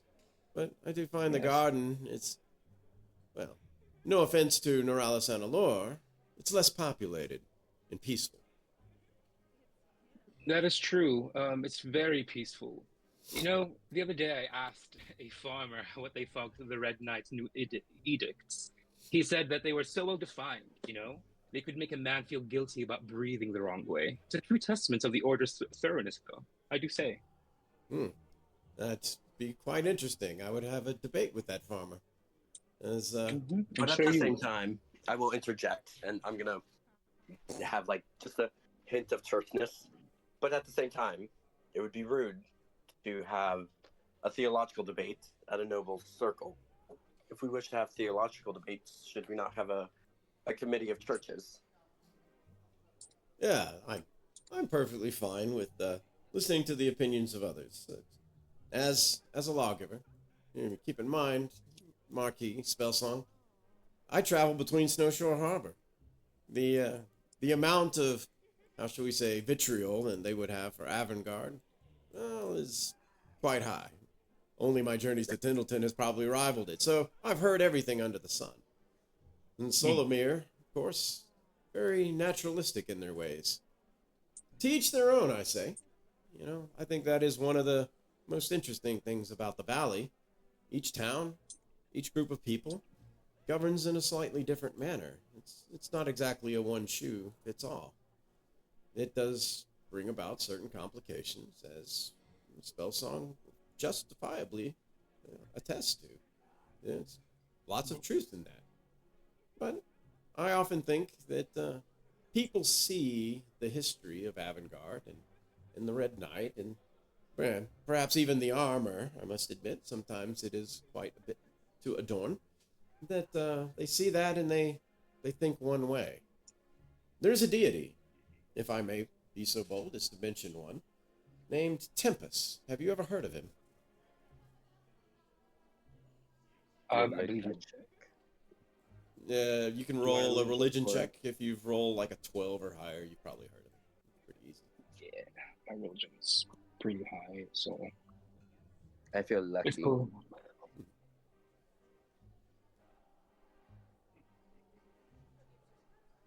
22. Yeah.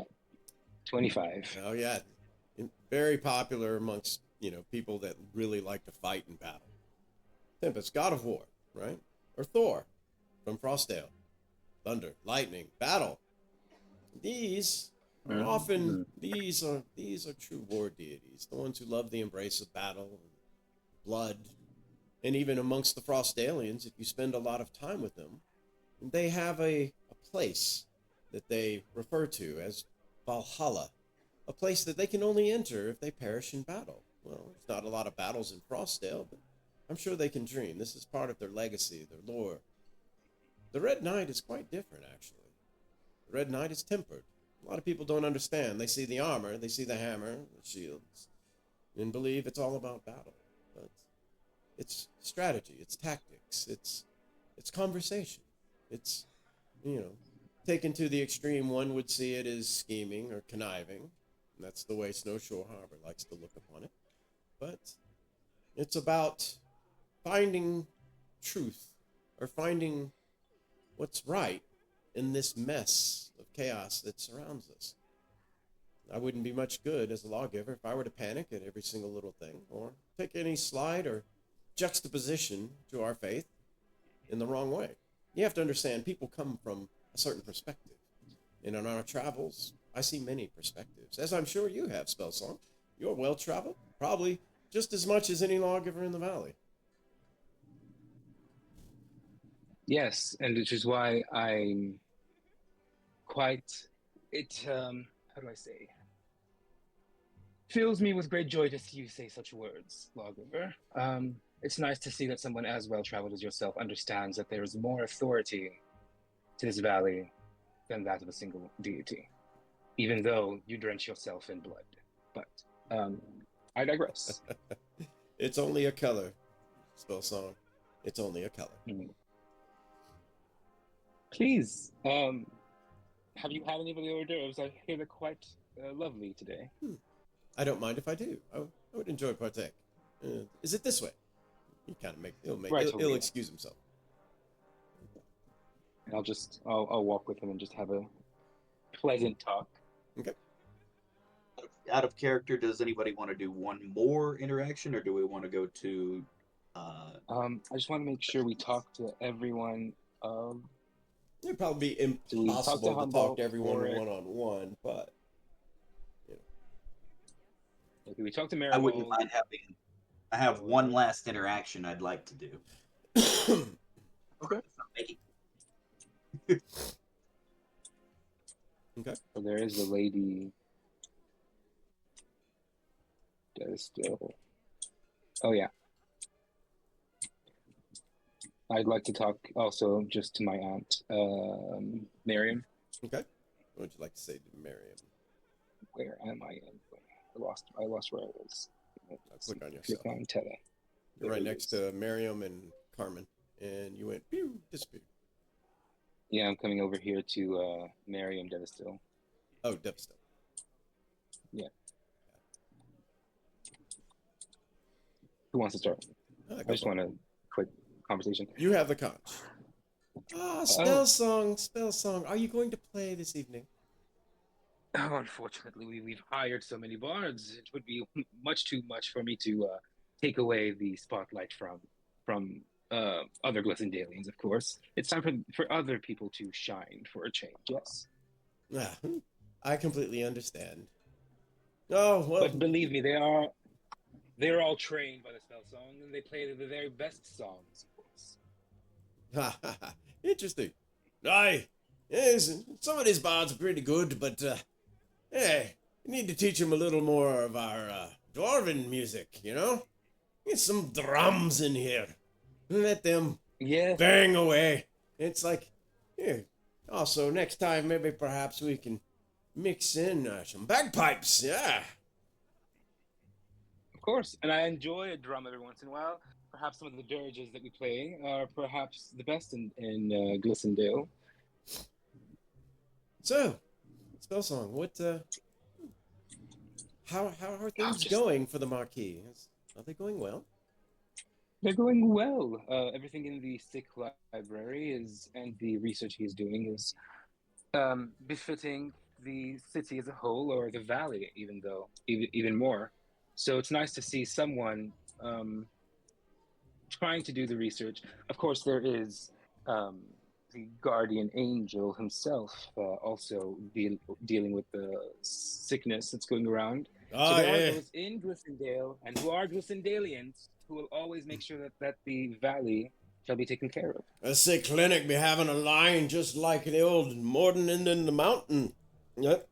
They be packing them and racking them and casting the spellies and all of that, and they walk in limping and they walk out a strutting. I'm glad to hear it. Dernevere has been quite a treat to travel with and learn so much of the good he is doing here in our great city. It's a strange one, that is. Sometimes you see him just flying above the buildings, all winged and all. They're a Simar. Yeah. Strange beings, they be. But not half bad, I don't think. Not as spooky as them tieflings. It's the horns, you know. I can live with the tail. And the legs. Oh, they got some nice legs. But the horns, drive me a little, I can't help but stare. Well, it must be something within the Glissendalian populace. We are just perhaps touched by blessings, by deities. As you know, the Lord Tremblewood himself, I mean, the Marquis Tremblewood himself is said to be touched by a divine um, Well, presence. of course, if he brought Lady Catherine back from the dead, did he not? I mean, it's not much more Of divine than sorts. that. I mean, This is true. So it's good to have both, how do we put them, um, sorcererly divine on our side in our city. Perhaps it means something about Glissendale as a whole. well, of course, Durnevere, of course, as you all know, comes from Fellhammer originally. One of our Fellhammer 5. He, of course, is divine as well. Yes, I think they call him a divine soul of sorts. He's, Interesting. And perhaps something is changing within the valley as a whole. yeah, I think it's only right that Those the divine who are, souls should help the sick and the wounded and then the needy and the downtrodden. yes. Which is why I think it's so wonderful that the Marquis Tremblewind has devoted his research to clearing the sickness and understanding it. Indeed. And it's like I had a nephew whose uncle's former roommate said that some of the processes that they found outside of the cities were quite bizarre. I mean, ritualistic even, and gave no results whatsoever. I mean, word was even poor Sarenshire's life root grove was completely wiped out, or nearly wiped out. Aye, I heard the same. And people trying to scavenge and forage for all manner of berry and twig to cure it. Nothing gonna work. Not till we find a downright ample thing. Interesting. Well, it is a pleasure to see you, Spellstone. Well, it was wonderful seeing you too, and Uncle Aaron.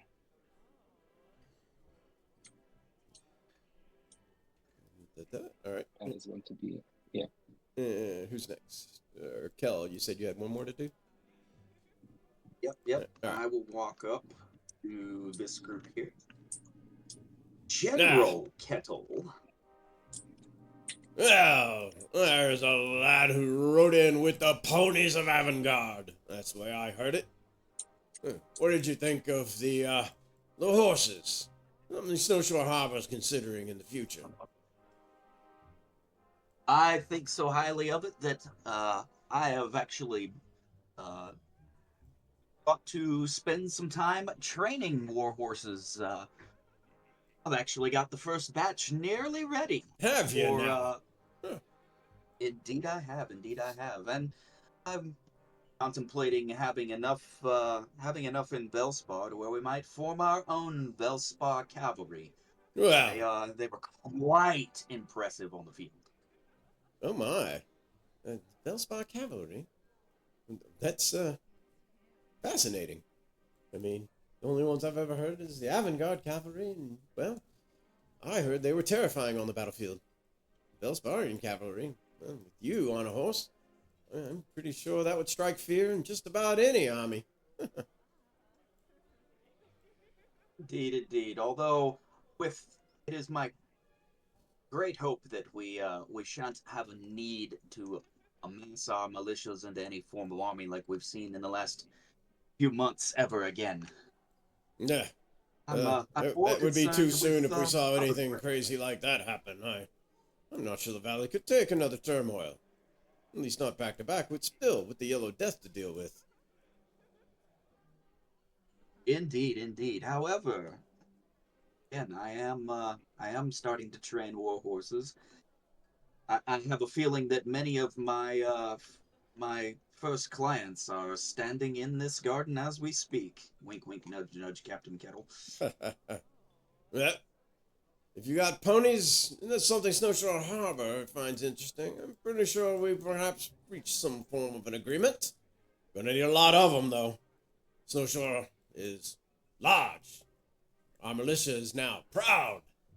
after, well, after recent events.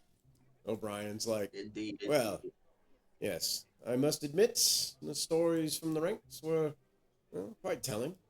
But, do mind, Captain, Glissendel's armies were spread quite thin and had taken quite the beating before you had come across. Well, true, but nevertheless. Apologize for that, Lord O'Brien. Oh, no offense taken. I'm not a warrior. I prefer my ales and stay within the cities. I'm just glad that, well, that man was captured and everything was exposed. I can agree to that. He's got a lot to answer for, killing our boys. But, we'll see what comes out of it. I myself dropped a little coin in order to pay him a visit. Had a word with him. He's got lots of words to say, quite confusing. But, well, at least, we'll discover if there's any more truths he has before he sees the gallows. I would caution against hoping for the gallows,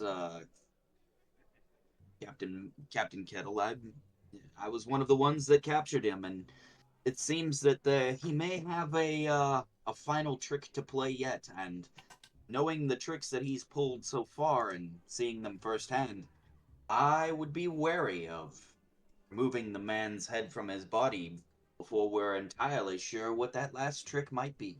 Yeah. Well, then somebody better find out. I don't like a man who plays tricks. Needs to be straightforward. He was unsettling. Indeed, I would agree with that. I might pay him a bit before I leave town myself. Hmm. Good deal. Having said that, we wondering if any of the three of you might have heard we are building a hall in Emdale. Ah, yes. Noble. A place to visit for the fall festival. I like the sound of that. That could be, yeah, that could be quite fascinating. As long as it's well stocked. Oh, it shall be, and we are taking additions to the hall. If any of you would like to sponsor your own rooms, they will be, of course, rented out as needed during the year. But during the fall festival, anyone who has sponsored a room gets first dibs. Why, you can tell me more. I'm interested. Ah, indeed, that would be fascinating. So, give us all the details, and you can regale Indeed, them. we shall. Indeed, we shall. All right. And with that, I will pass the baton. All right. Trent, back to you. Are we ready? Yep. Okay, before that, Indeed. I'm going to go ahead and create my piano and animate it. And I'm going to get on it and start playing a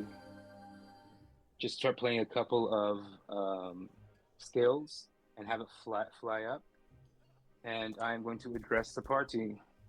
My lords, my ladies, esteemed guests, forgive me for interrupting your fine conversation and for the delightful music. As you know, our host, the Marquis, has always had a great appreciation for the art of storytelling. And what a story we have brought before us tonight. We're all heard whispers and visions of the tales that unfolded here in Glissondale. A story of high drama, of conflict loyalties, and difficult choices. But there are those who paint one man as a hero, another as a coward. But I could ask you to remember that even in the most tragic of songs, there is always one true voice.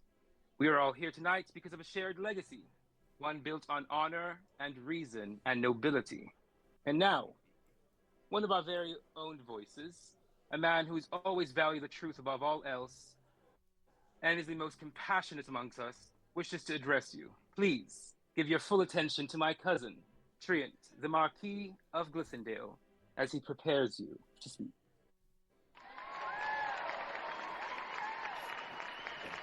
Alrighty. It is an applause. I'm gonna go to the statue of Neuralis and hopefully get everyone there. Are you gonna make me move everybody there? I hate you. No. Uh, but I'm I beyond will honored. offer. I will offer you the piano if you want to stand on it. It'll float you up. Oh no, that would be garish. Mm. I'm beyond honored that almost every city, save Frostdale, under horrific lockdown, has been represented here. It truly shows that we can be united when we put our minds to it. I've heard, either directly or from whispers, that we have blocks.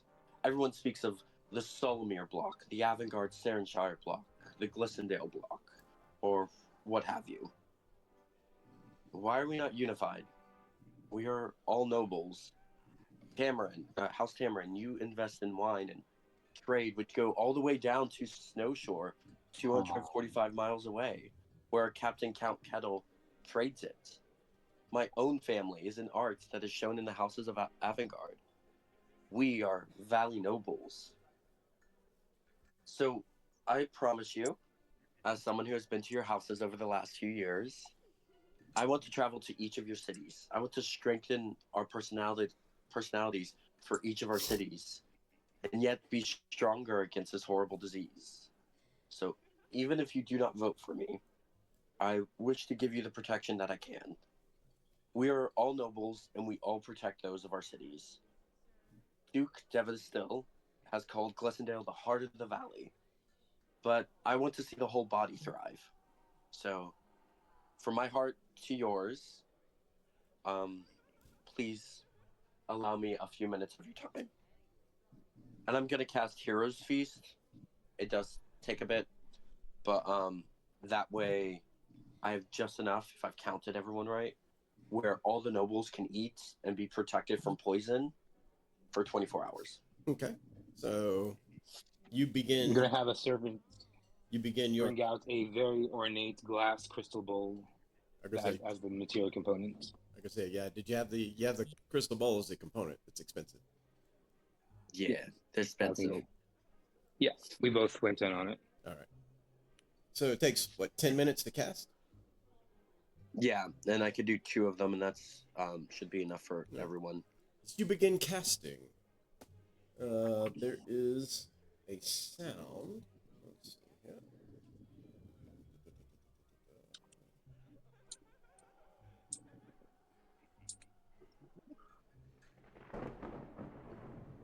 Oh my god.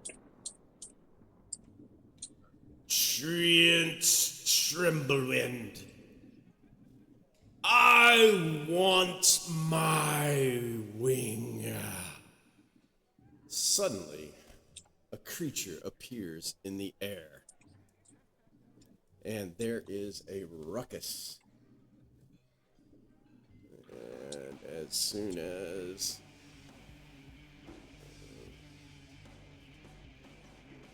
there is a shout of panic as he looses an arrow down at the crowd and a scream. This is initiative. A beautiful man who stands twice as tall as any men, who has one wing yet hovers above the ground, a bow drawn, a sword dancing at his side.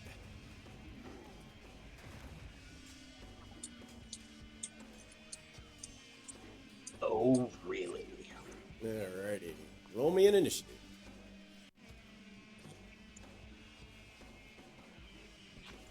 You can see blood drips from one side of his back as it drips upon the ground. A festering wound where like a wing has been torn off.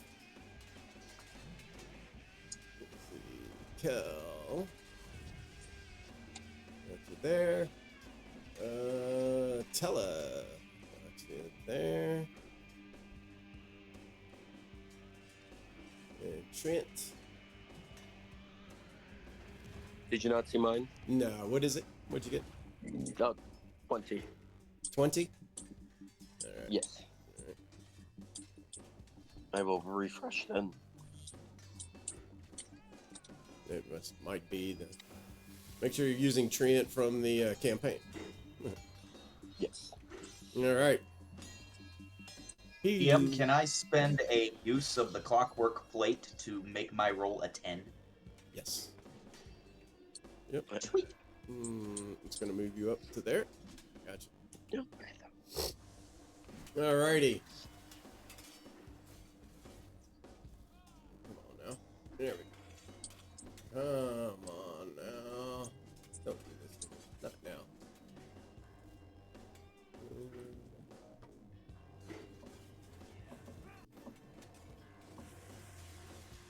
Oh crap. Alright. Pause 1 second. My Chrome locked up. And it is continuing to lock up. Okay.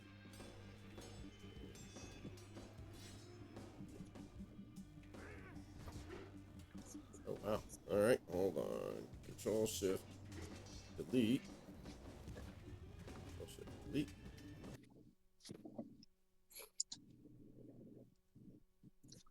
My one computer just decided to like completely wipe out on me.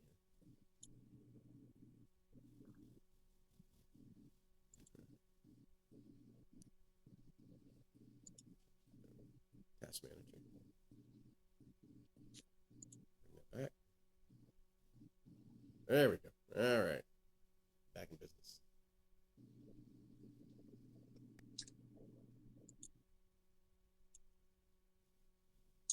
Slowly back in business.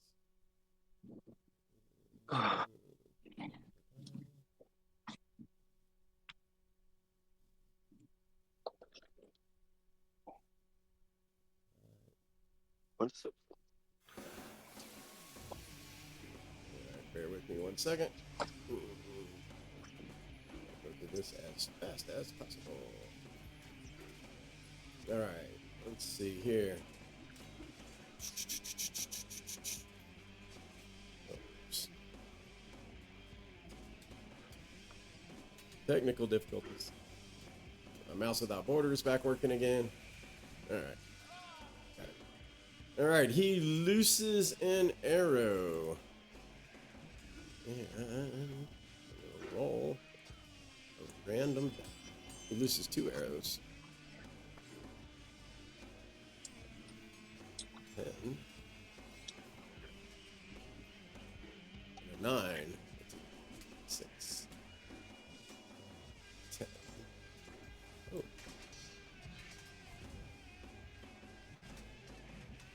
Alrighty. So 2 arrows he fires down below him, circling out in a radial pattern. I'm counting upwards. 1 arrow strikes the jester that is dancing around, and he just goes splat.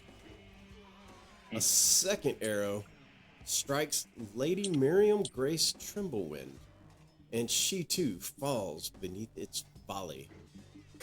Screams rake up through the crowd. No! Triad. You will pay for what you've done to me.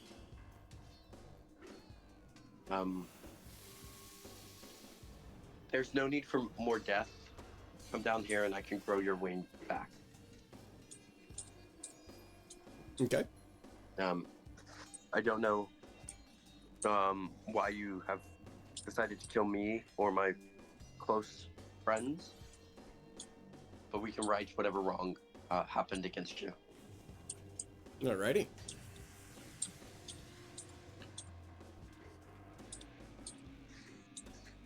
Alright, Lady Natalia Humboldt. Okay, click on this. Open link. Open link. Open link.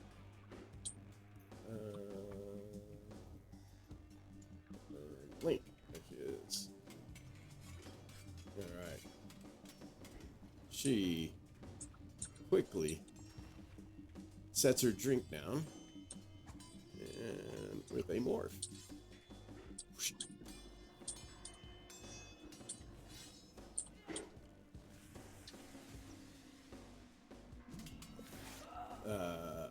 She fires a crossbow up towards it.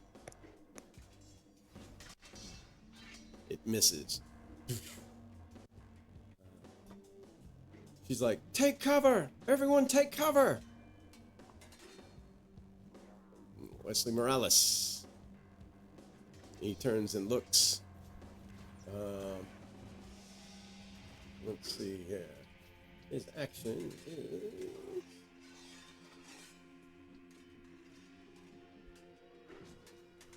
What in Sam Hell?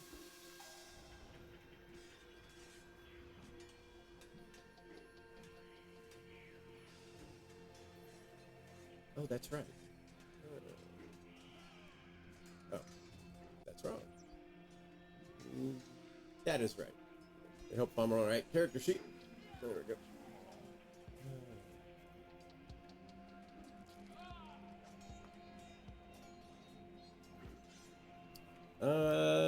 He quickly does cast a spell.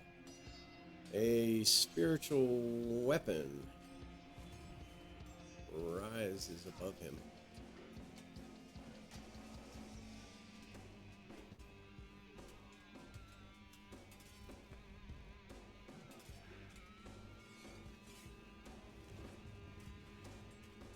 And attempts to hit. It is AC 17. That is a miss. That is, I believe, one of his divine abilities, so it is not a spell slot. As he does that, he then uses a spell slot to...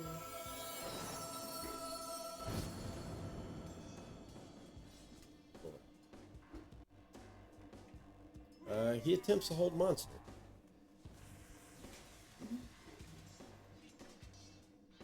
It's his highest level spell slot. As he casts that at the creature. High above. The creature makes a wisdom saving throw. It is unfortunately not held. As he too is like, everyone get back!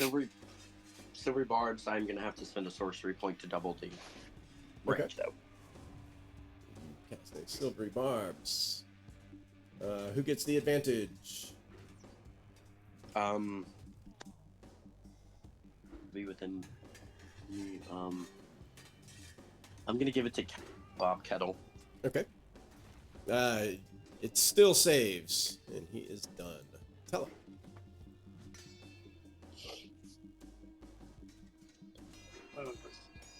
It's still showing Amphile as the front turn. Still showing who? Right, sir. Still showing the unwinged angel. Oh, really? Keep going. Let's try this. Let's take it out of combat. Put it back into combat. How's that? Did that fix it? Still not my turn. Are you guys seeing Tello or no? Yeah, I'm mine seeing says Tello. Tello, yeah. It might be Kel. It might be on your end. Ooh, okay. Can you manually put it to me? No, I mean like your tail spire. You might have to drop out and drop back in. Okay.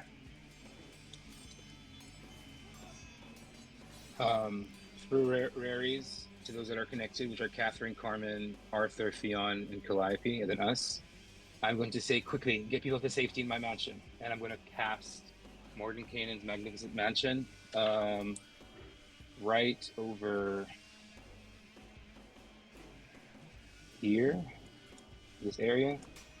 Yeah, so I'm looking. See that? Yeah. So it's Here. a Just doorway. that. It's a doorway that appears, right?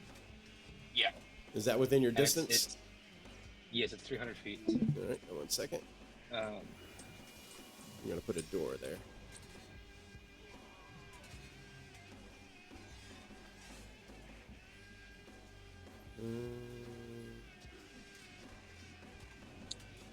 Doors. There's some teledoors. There's some teledoors. Kill politics for hats. Restart it.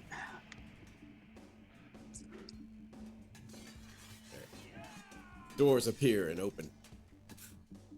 and I'm barring the creature thing from it, so only those. All right, so Anyone but him. Elephant Furies. Yeah, I'm I'm going to tell them through Aries, get as many people as you can with it to safety Okay. to my mansion. That is my action. Bonus action. I'm going to give Treant a bardic inspiration, and let me spend that, and that will be my turn. Okay. DM, I am ready for a resummon to the board. All right. Yanking you back over. All right. Captain Bob Kettle. What the party spoiler is this? He pulls something from his hip. Looks almost like a dagger, but not quite. And then there is a thunderous boom as something flies from it. You can't even see it, it moves so fast. But it seems to pierce the creature's side as this reddish looking weapon fires some form of projectile that moves faster than the eye can see, not like any arrow. As it grazes the creature above. He also draws a blade that kind of dances with a purple light. And he hits it for 11 points of damage. You see him quickly doing something with the pistol in order to, like a crossbowman would reloading. Kind of simple. Let's see here. Where is the door?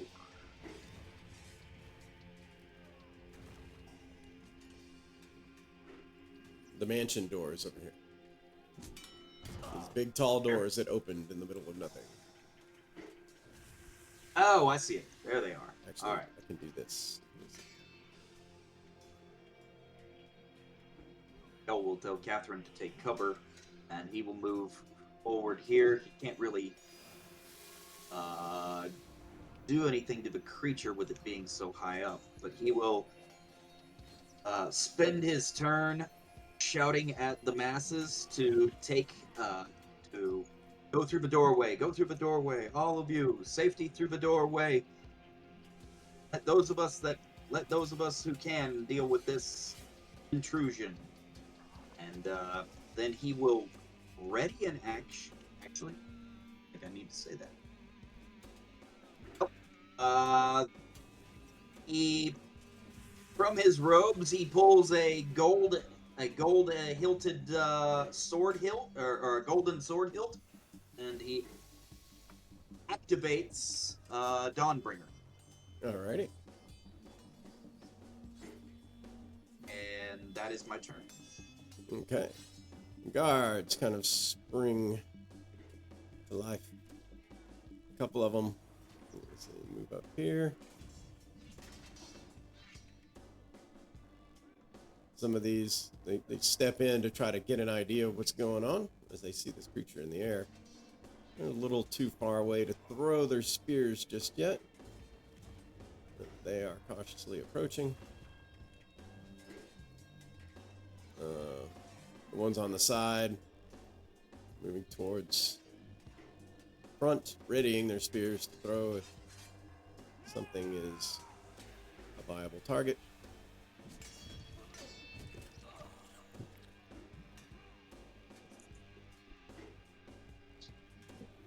There we go. And we have some back here.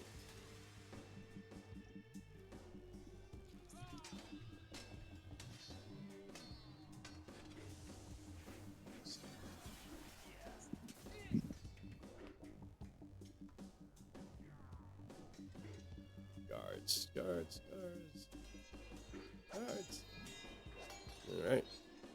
All right.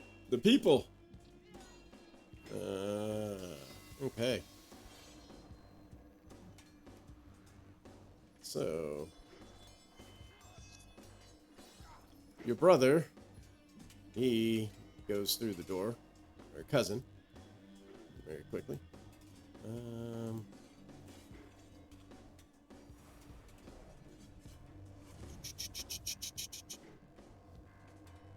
You go through.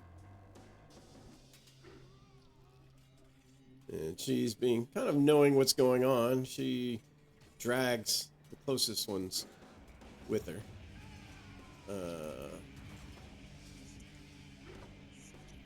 Baron Daniel Warwick, Duke, Gregor Devstill makes it through the doorway.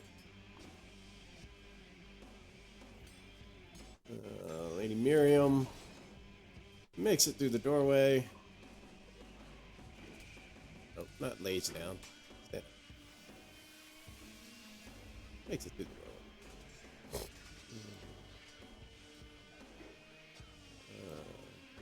Lady Calliope makes it through the doorway. And Cousin Arthur, they kind of know the drill, and they get Lord Gamoran to make it through the doorway as well.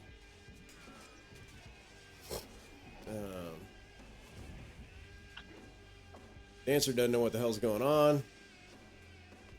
Please, bards start running away.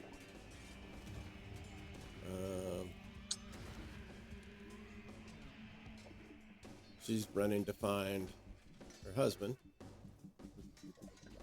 Emily. Alice, she runs away. Williams runs away.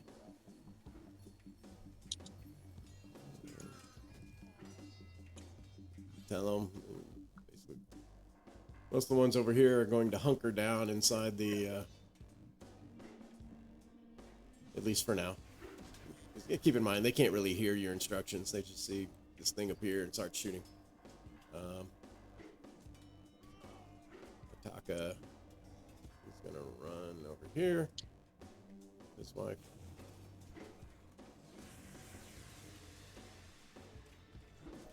This guy's not so sorry. He kind of runs to the guards. It's like, get up! Like she's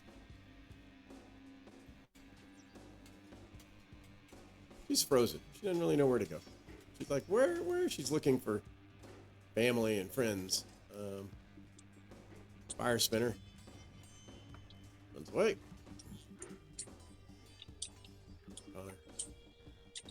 Run this way.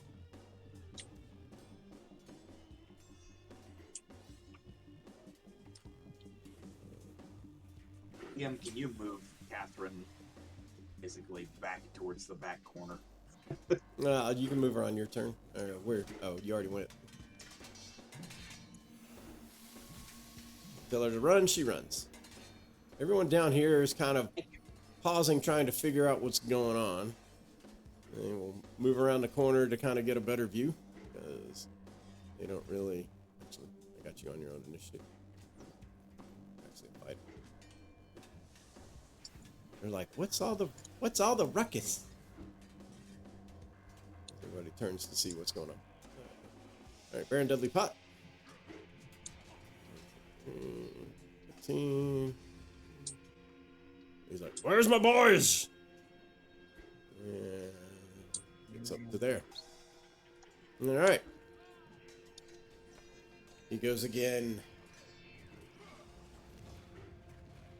I want recompense. And with that, a sword flies down as he's just seeing people scatter and cower. Let's see.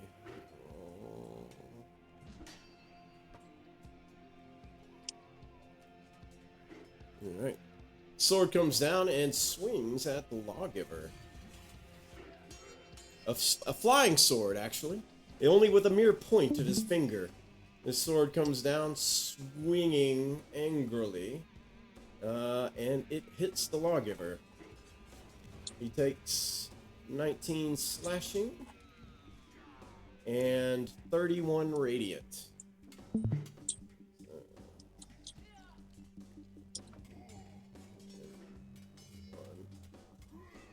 And yeah, Leslie Morales is bloodied quickly. Second roll.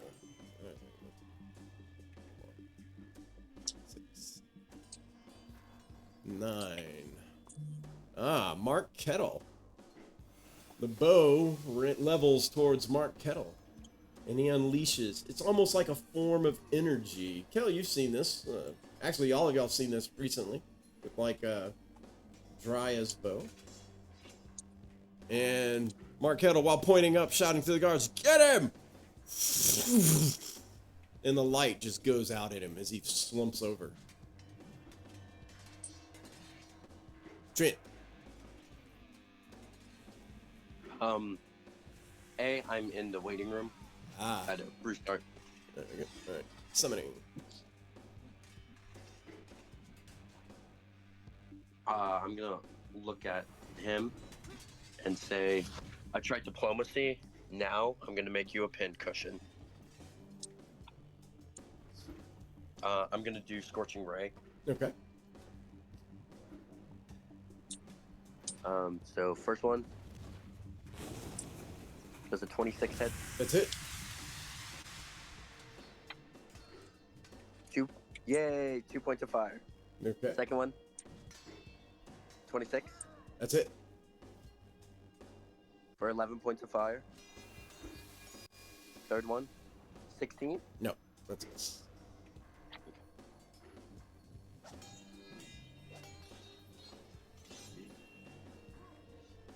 I apologize. I always forget how far I can do it. Okay. Within 30 feet. Okay. Bonus action. I'm just gonna chew on some sorcery points, Okay. and that is my turn. All right. Lady Natalia levels her. Unfortunately, she has a light crossbow. Brings it up. Fires once again into the sky. Ooh, AC 24 is going to hit. Not for very much, but she does strike it. Like, "Get out of here," she says to everyone. "Through the doors! Run out the exits! Take cover!" Well, I'll give her Morales. Writhing in pain. He does, let's see. Does not have to concentrate on this spiritual weapon, since it is the divine one. The spiritual weapon will fly over and make an attack. It is a miss. But he is in lots of pain. He will cure himself. He summons his healing magic. He's gonna need it all. And he cures himself for 39. Oops. Not what I meant to do.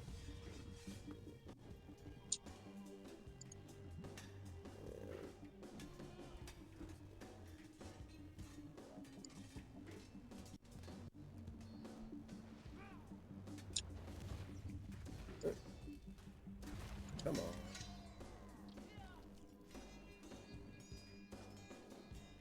Okay. Actually did damage instead of healing. Alright, now he looks a lot better. Tella. Okay. He looks better like he can take another hit, Yeah. or he looks better like He's another almost hit? he's Okay. almost full. Alright. On a scale of 1 to 66, he's about a 55. Mounting something is half movement, right? Half movement, yes. Yeah, I'm just gonna hold on to my piano and then have it dash. So that's as far as it can get. Alright. And then from there, I'm going to do a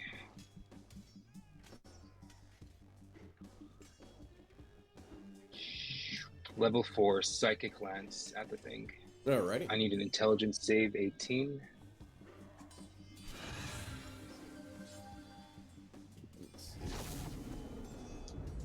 Intelligence save 18.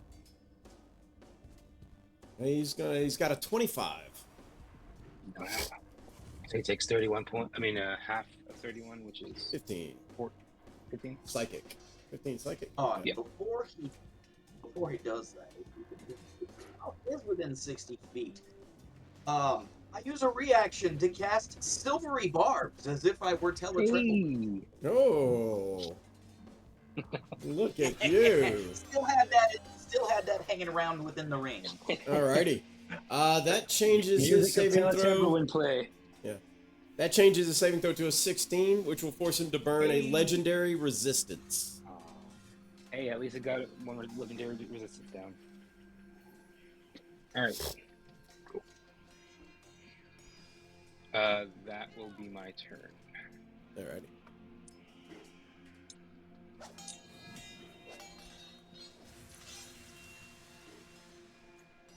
In turn. There we go.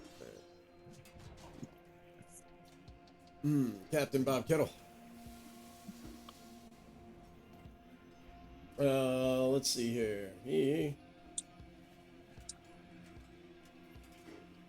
Once again.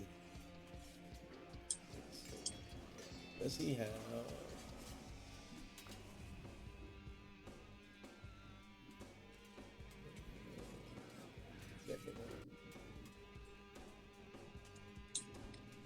Actually, he doesn't move.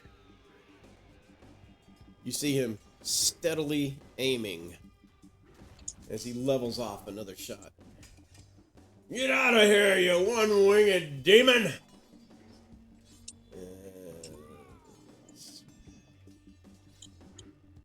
Once again, that red pistol of his fires away. AC 24. And 14 points of damage with another.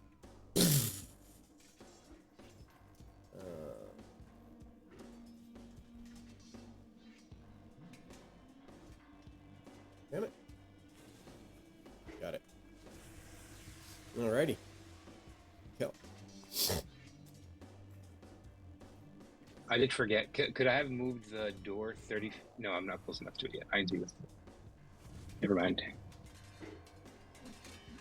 And dashes.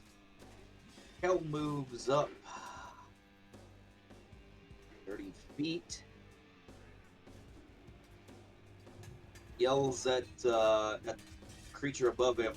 Come down here and pick on someone your own capabilities, you fiendish monster. Alrighty. Bet he's action to attack it if he can get it to come down. Alright. Give me a influence check. Let's see here. And I will commanding presence this. Which is a good thing I did. For a 23. A 23. Alrighty. You shout very intimidatingly at him as he turns your direction and looks your way. Okay. After your turn, he uses a legendary action. Tella, I need a Constitution saving throw.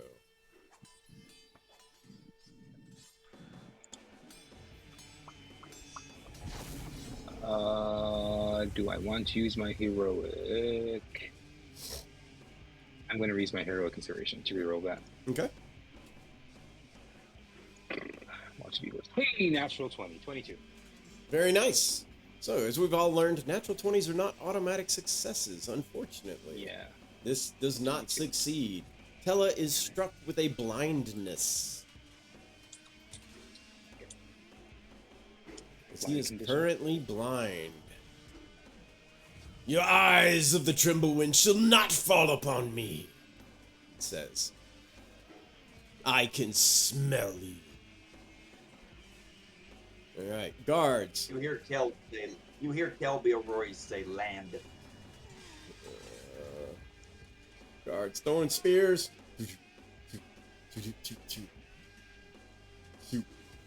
Oh, that almost hit me. None of the spears hit nearby. Let's see, some of the others coming closer. They're spreading out a little bit because they're like they're not used to this. This is this ain't just like running up against another militia on the battlefield. They're like, what the hell? All right, people. All right, Baron Daniel Warwick. Please get in the door. Get in the door.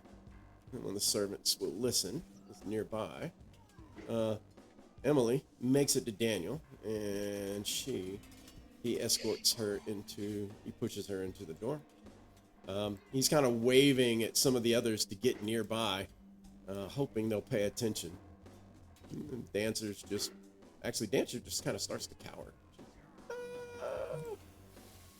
Lady Baldera. Here's Baron. Kind of marks moving that way. Let's see. O'Brien. Hearing the Baron starts to dash across. And of course, the Pots do the same. They're like, there's a place, they're safe. Run! Run! Keep your head down! All the ones over here are still hiding. Fire Dancer just goes screaming past Tella. Ah! So just running away. The ones back here start to like kind of drift back.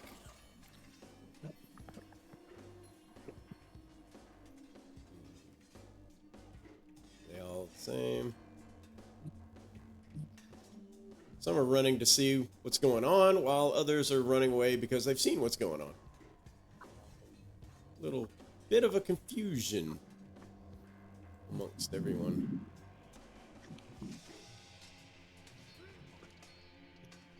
What in the blazes is that thing up in here? Don't go that way, don't look at it! Could turn you to stone! There we go. Alright. Baron Dudley Pot. He comes forward. He's calling for his wife. Comes forward. Finally makes around there. He's got a little bit more movement. There we go. Creature once again. The pain. You will know the suffering. And let's see, what's he going to do? Actually, he's going to use a legendary action. Trent, I need a con save. He waves his hand in your direction as he does a legendary action before it gets to his turn.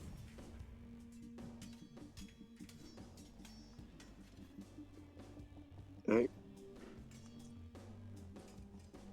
I'm sorry? I feel lucky. Okay, go for it. Does a 22 beat it? No. I do have Portion of the Gods. So. No. 22 does not beat it. Okay.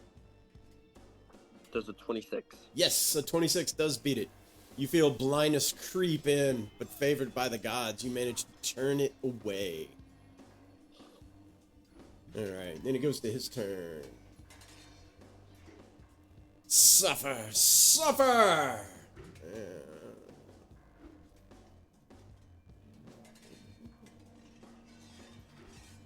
Alrighty. 4, 6, 9, 11, 12. Alrighty. The sword flies down away from itself, and as it does, it strikes one of the guards. The guard is cleaved literally in half as the door wastes through it. Then he spins around just looking for anyone with sheer panic and run and fires an arrow. The arrow strikes Lady Ataka, and she goes down. Her husband, no! Trent.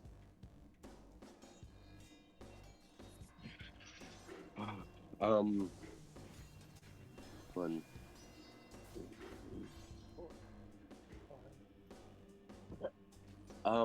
This is between you and me, apparently.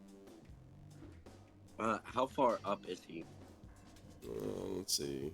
Looks only like he's about 20 feet or so in the sky. Right. Yeah, You about hurt 20 my feet up. friends and family. I hurt you. May I become a giant ape? Do you have an ape? A giant ape? What is the size category on it? Huge. Oh, alright, yeah. I got one.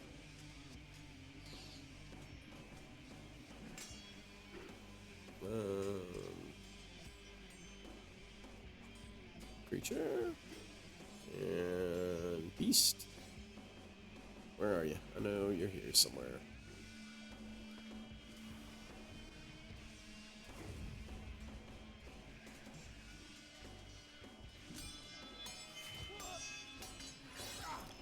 There it is. It's one of the funny looking ones, but it works.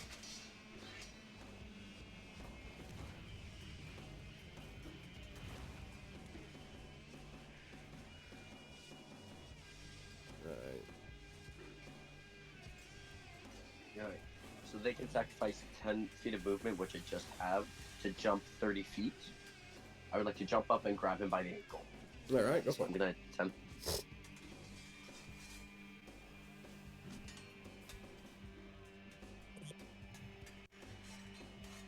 So grab, what is your grapple DC? It would be, it's 8 plus the ape's strength modifier plus proficiency bonus. It is 19. It's a 19. Alright, he uses dex or strength against this. And he has a 23. Yeah. As he kicks the ape's hand away.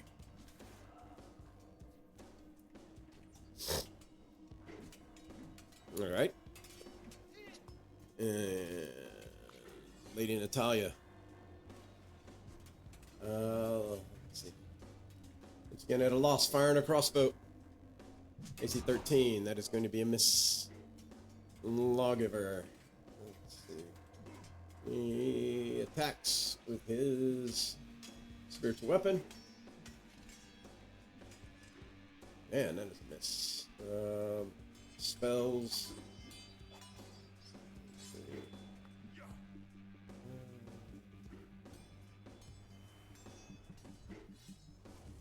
We have.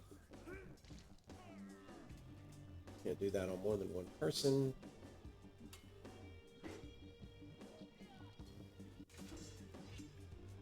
He'll try guiding bolt. Fires a guiding bolt up at it. AC 21, and that is a hit. An upcasted spell. Oh, damage sucked, but it is lit up. Next attack against it will have advantage if you didn't have it already. 16 points. Unfortunately, it is radiant, which does not look like it does as much damage as it should. And he's like, as he starts to move this direction.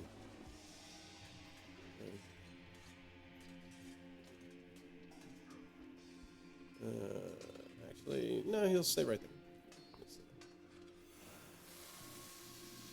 Captain Bob Kittle. Oh, you big ape! You're blocking my shot! But he will steady aim once again. And fire once again with his pistol. Oh yeah, AC 27.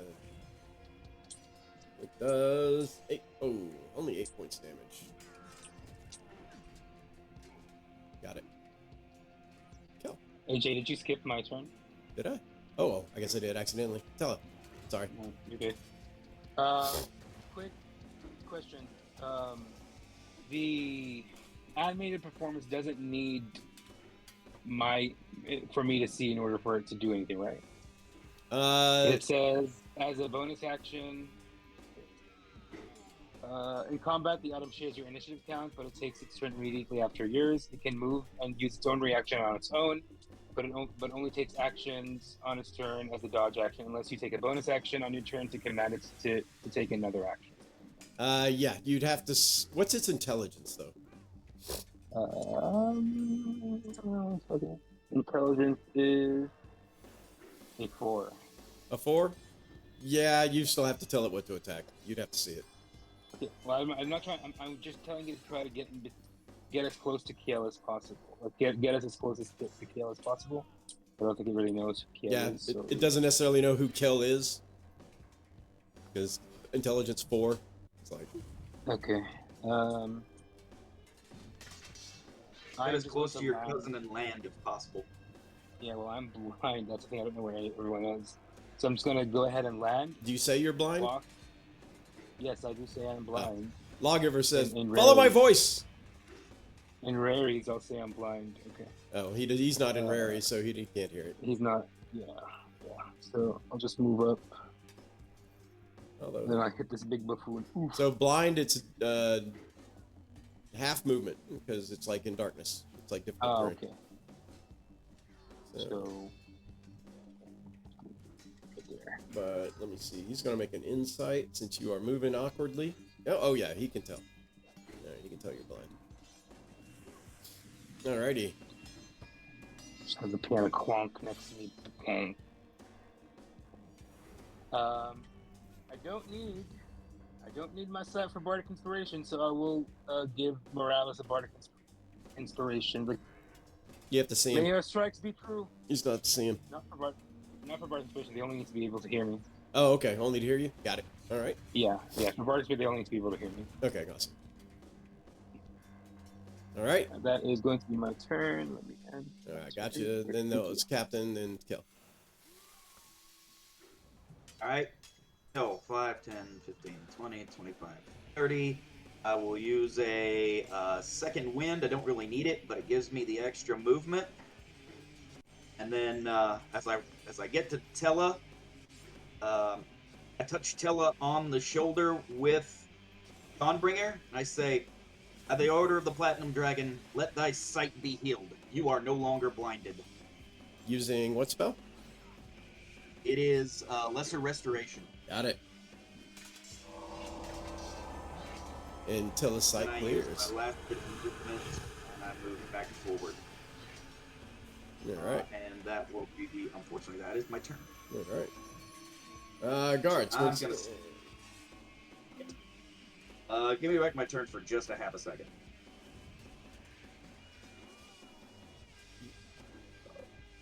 Catherine comes back here in the corner and hides behind the pillar. Actually gonna keep my movement there with Tella, that way I can get on the piano. Alright, thank you. All right. After your turn, he will use a legendary reaction as he casts a spell at Bob Kettle. Bob Kettle will make a con save.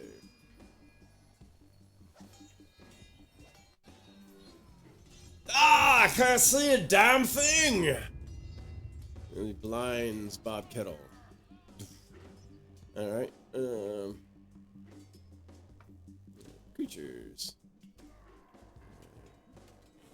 Lady Baldera manages to run through the mansion. One of the guards completely fails his morale check and runs through the mansion. Guards go separate. Right. Butler moving slowly towards the mansion.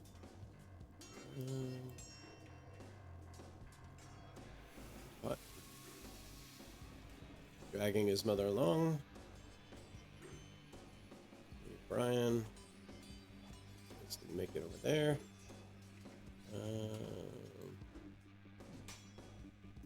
Bard sees everybody running in the mansion. He's gonna make a break for it.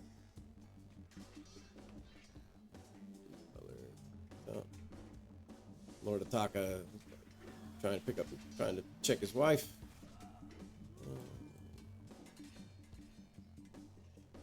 they're still not exactly hiding as they peek their heads out to see kind of what is going on. You can't help noble curiosity.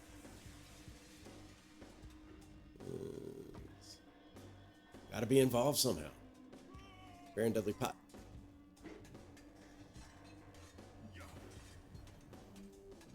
Alright, let's see what you got here, Baron. He's basically got his great axe. Fortunately, not a lot to do. He's like, come down here and fight like a man! Or a thing!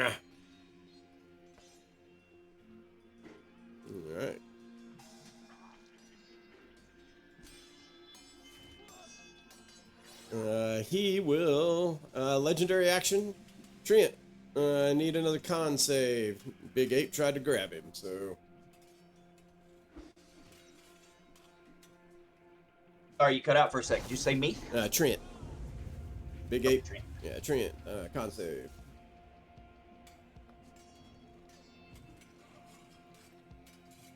I failed. 17. You blind! Ape's like... Of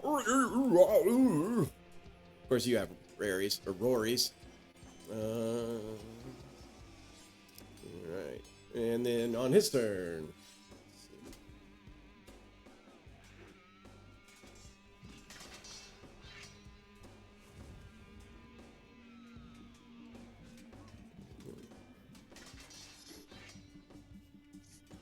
Alright, sword goes down. Oh, the dancer just goes splat.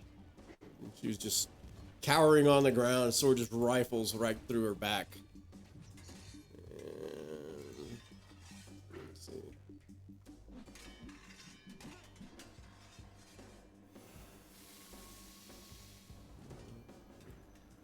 Six. Oh, that one's down. Never mind. 1, 2, 3, 4, 5, 6. Ah, Baroness Gildreth. He fires his bow. And, yep, she goes down. The Baroness... He turns. Die! Pain! Trent. You can hear his voice. He doesn't seem like he's really moved from where he was.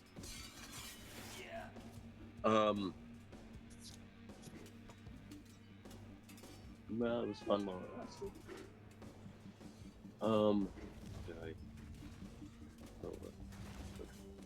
Going to drop polymorph restoration on myself, so I'm not blinded. Okay.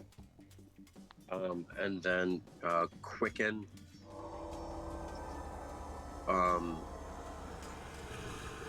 A sorcerer's burst at him. All right.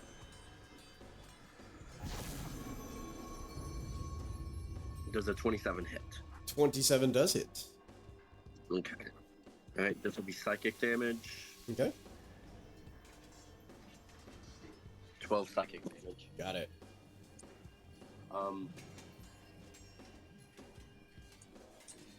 So action, bonus action. To is he on the ground now? No. He's still 20 Yep. feet in the air. Okay. Strength saving throw. Sorry. Going 5 feet towards me. He's probably gonna make it, but he may crit fail. Strength saving throw? Yes, please. Alright. Let's see. Nope. Doesn't matter. I use my bonus action to quicken a spell. Oh, Turn yeah. it over. Alright. Thank My you. apologies. Honesty is appreciated. Lady Natalia Humboldt. She's like, sees these people over here freaking out. She's like, get out, get out! And she kind of moves underneath it, trying to almost make herself more of a target.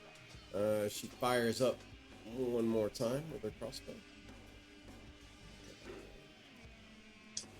Let's see. 17. That one is a miss. Alright, Lawgiver uses his spiritual weapon. Shit, this spiritual weapon's just not doing it. Alright. he spiritual guardians. And while it may not reach him, it can keep him from coming down.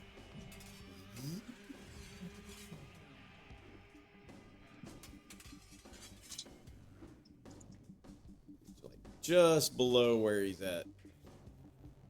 So the creature is just a bit higher than the spiritual guardians, just by measurement. As he brings up the spiritual guardians and Tella. As an action, I'm going to cast Circle of Power on myself. Okay. So it's an emanation, 30 feet. Okay. And all allies have advantage on saving throws against magical effects or spells. Okay.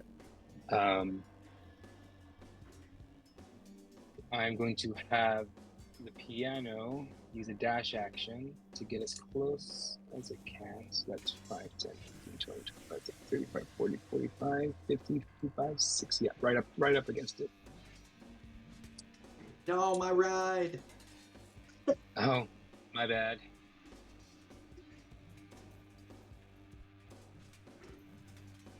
Did you let Tella know that actually? If you would have, he would have waited to make it move. But if you didn't say it, I did not necessarily say it via Rory's beforehand. I just said land, and I would assume that you would think that it was so I could restore your sight, which I just did. Yeah. So I wasn't really thinking about the piano. So yeah, circle of power, and I am going to move up 5, 10, 15, 20, 25, 30. Just want to make sure that my... Yes. So yeah, so it's getting Wesley, Trent, and everybody else that's within 30 feet of me. Alrighty. That is going to be my turn. Alright, Captain Bob Kettle, he's blind. He kind of he just backs off a bit. 1, 2, 3. Trying to rub at his eyes because he can't see what he's doing. Kill. Let's see here. 5, 10, 15, 20, 25, 30. Yeah. If you let me know through Aries, I'll let the piano come down and pick you back up next round. Okay, yes, I say that, and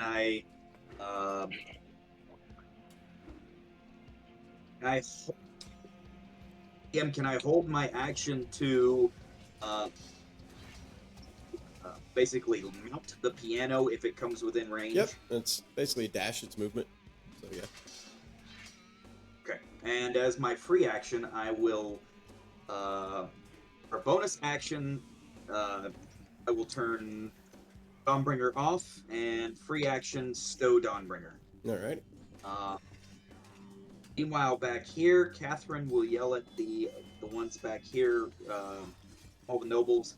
Hurry, get underneath, get out of sight, get underneath. Join me underneath here for get out of sight of the thing. And that will be... Alright. During his action, he ends up blinding a few people. He uses 2 legendary actions in the last 2 actions to blind some people below. I can't see. A couple of the guards that are throwing spears.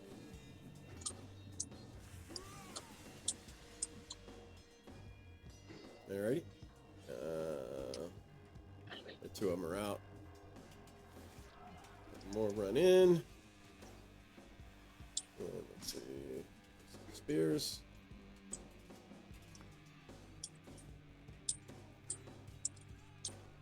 And yeah, they're pretty much out of spears at this point. So they're like, ooh, what to do? Alright, people. Alright, there we go. So Baldera, Laura Lynn makes it through the gate. Pot makes it through the gate.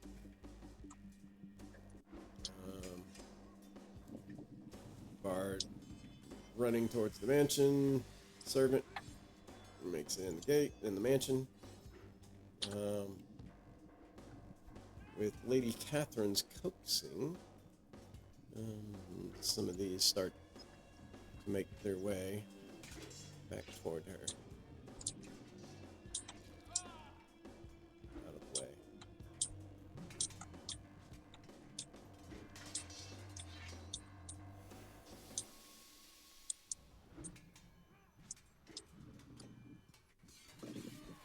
Others not so much. Alright, Baron does the cut. I like the way you think. He comes up. He readies the same action, seeing what Kel is about to do. Alright. Let's see. I'll elbow bump him back to back. I was like, oh yeah, as we get ready.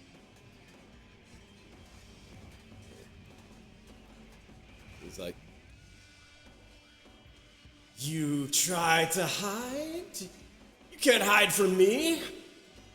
And he looses an arrow at, let's see, this one starts a little farther back. 1, 2, 5, 6, 7. Ah. He fires across the garden towards Baron Dormir Ironbeard. Strikes him and he goes down. Silvery barbs. Alright. Let's see.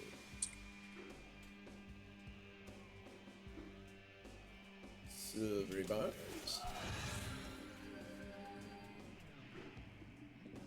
Oh, it's not a it's a saving throw. It's not an attack roll.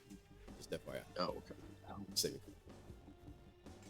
His sword is an attack roll, but the bow is actually a saving throw. Okay. My bad. Yeah, he goes down. The sword reaches down. Now he's got some people below him. Let's see here. 1, 2, 3, 4, 5, 6. 1, 2, 3, 4, 5. Tella, you're the unfortunate. Yeah, sword, a flying sword comes ranging down. Actually, he does have to lower himself, and he does. He lowers himself into the Spirit Guardians. The sword cannot fly infinity. He's had to, like, drop down, and the sword has a distance it can fly away from him. Apparently, it is limited. But Storm, Tella, AC 21. That's a hit. Silvery barbs. Didn't you already Silvery Barbs? No, because it's a saving throw. Oh, that's correct. All right. So instead of AC 21, AC 28. Yeah, I figured. 24 slashing and 28 radiant. And his saving throw is wisdom versus 21 on concentration. 24 and 28 is a 52. You would need a 25. Yeah, you would need a 25. Yeah. There we go. So I lost concentration. Yeah, that would go down. Although you have advantage for that saving throw, did you roll that with advantage? Oh, no. But I mean, the only way I could is if I crit. Ah, Even if I crit, it wouldn't be. gotcha. Yeah, no, there's no way. All right. Let's see. I'm doing the damage for the Spirit Guardians, which is 27. It is half. Damage of the Spirit Guardians is necrotic, so that actually does. So 13. It's through. Got it. Trent. I'm gonna use a ray on him. Vampire touch as a ray with a distance spell. Okay. Right. That's a crit. Ooh, 30 nice. to hit. Woo.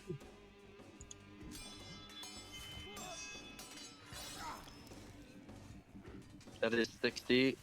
Your bardic inspiration is a D10 now, right? Yes. Yay, one. Wait. Did I, yeah. That is 61 necrotic damage. Alrighty. Then he needs to make a. I'm sorry, I'm trying to find notes. Here it is. He needs to make a con save. Alrighty. Con saving throw. 18. 26. Yeah, he's fine. As the mote of energy explodes around him, but he doesn't take any damage. Okay. And then Sorcerer's Burst quickened on him Okay. for psychic damage as well.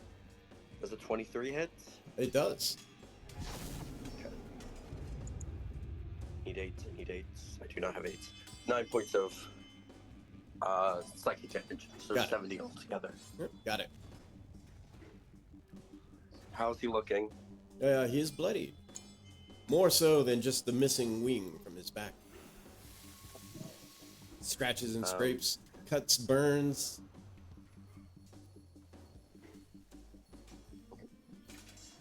I will call out to everyone. Flee as quickly as you can. Lady Natalia fires AC 16. She's like telling the guards, run, go. She's like trying to get them to turn because they're useless. They're not going to be able to do anything. Lawgiver Morales sees Tella's hurt. He will move towards Tella. And he will cure wounds on Tella.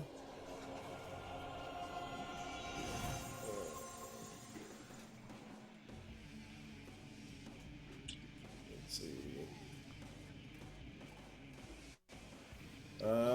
Tella, 42 points of healing. Yay. Nice. It's like, stay with us.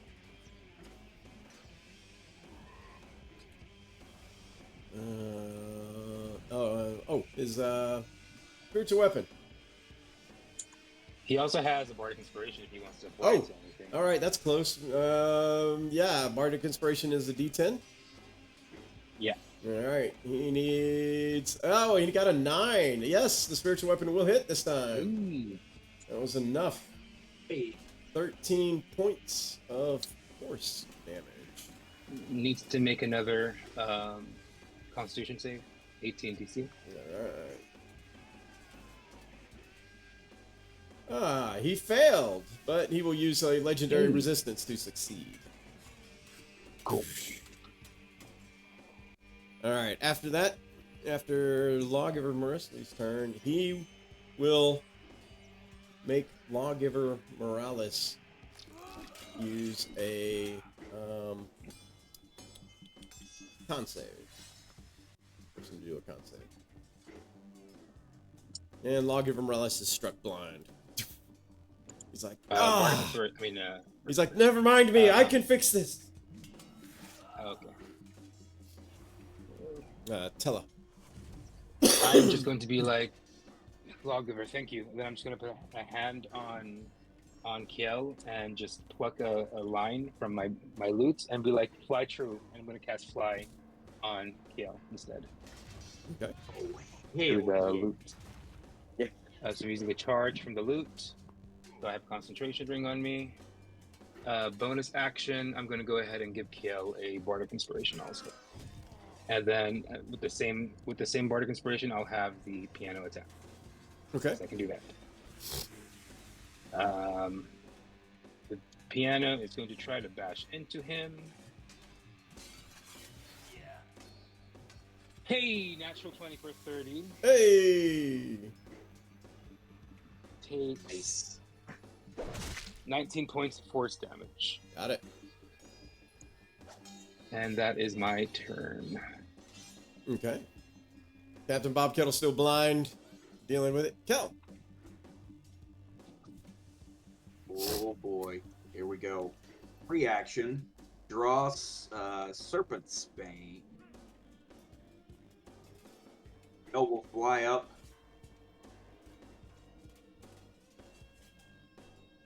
I've had quite enough of this.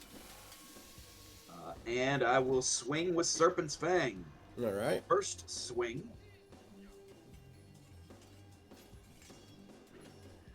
Oh yeah, 27 to hit. That's it.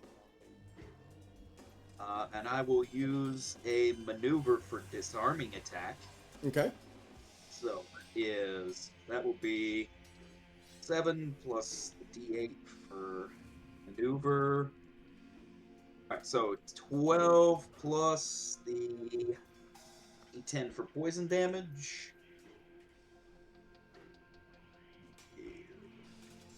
Add another 3 poison damage, and he needs to make a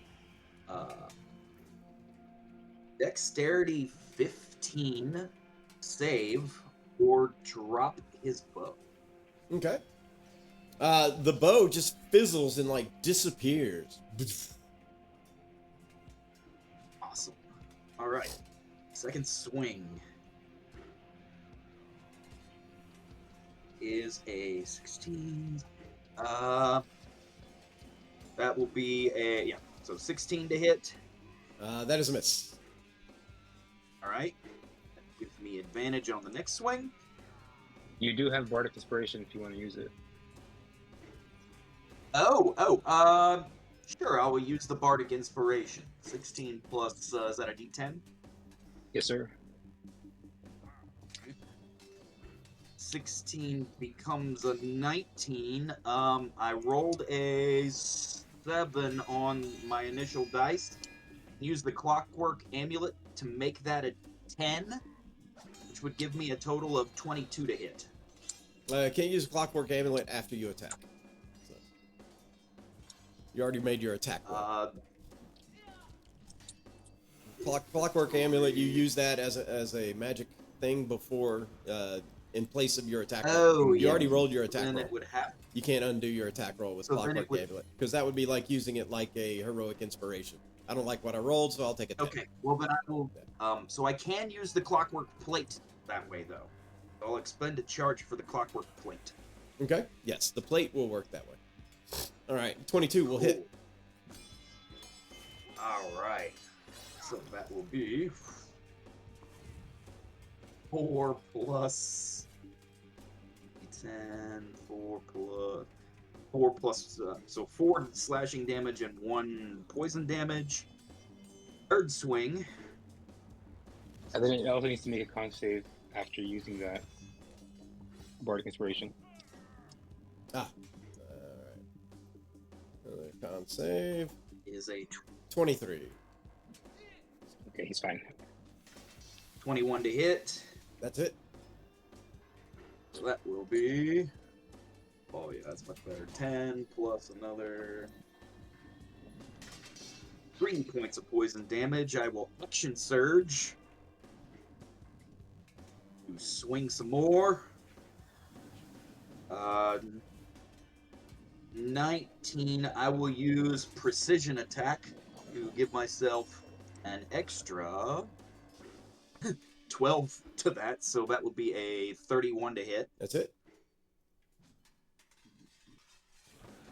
Wrong thing. Will be 10 more points of slashing damage plus another 9 points of poison damage. Second swing is that'll miss as a 16. Yeah, that's a miss. And that will give myself advantage on the last swing, which will make it a 25. That's it. That will be another 10 points of damage plus 1 point of poison damage. All right. You come up with several mighty slashes, slashing across him. You notice as you kind of like once again step back, ready position after finishing your flurry. the poison of the blade seems to just drip off of him, like doesn't even penetrate his skin. Okay. Let's see. Yeah, guards are useless. All That's right. it. That's my turn. Let's see, who else we got? Baron Daniel Warwick. He finally steps in. People have been running. Yeah, the guards pretty much run at this point. They were. Lady Natalia's like, get out of here. They're like, all right, don't have to tell us. All right. They're like, Nobles in the back run to Catherine. they did throw their spears. So they were like, we tried. All right. He, as a legendary action, teleports right to the center. As legendary action. Baron Dudley Pot. Ah! Blimey! Give me that piano. I'll get on it. And he readies an action. He's done. He's like, run, but you can't hide. Trent Tremblewind has brought this upon you. And he lowers down. And his sword cracks one of the servers. Goes down. And he fires a bow. Did the bow reappear? Yep. In fact, it's almost as he makes the gesture with his hands. It just comes back into being. It's you kind of get the idea. Looks more like a spell than a weapon at this point. Especially the way it just manifested like that.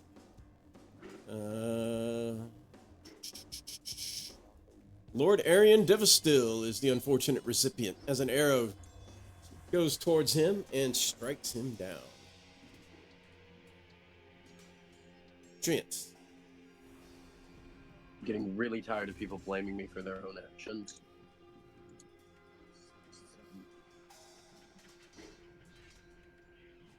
Okay.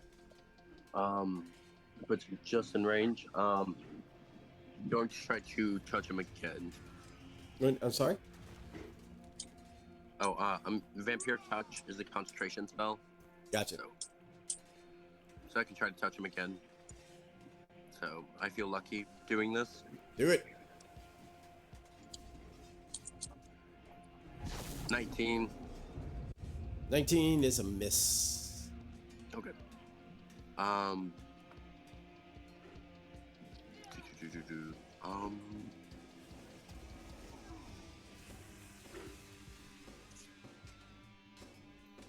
I'm gonna pull Bob Kettle 5 feet towards me. If he resists, that's cool.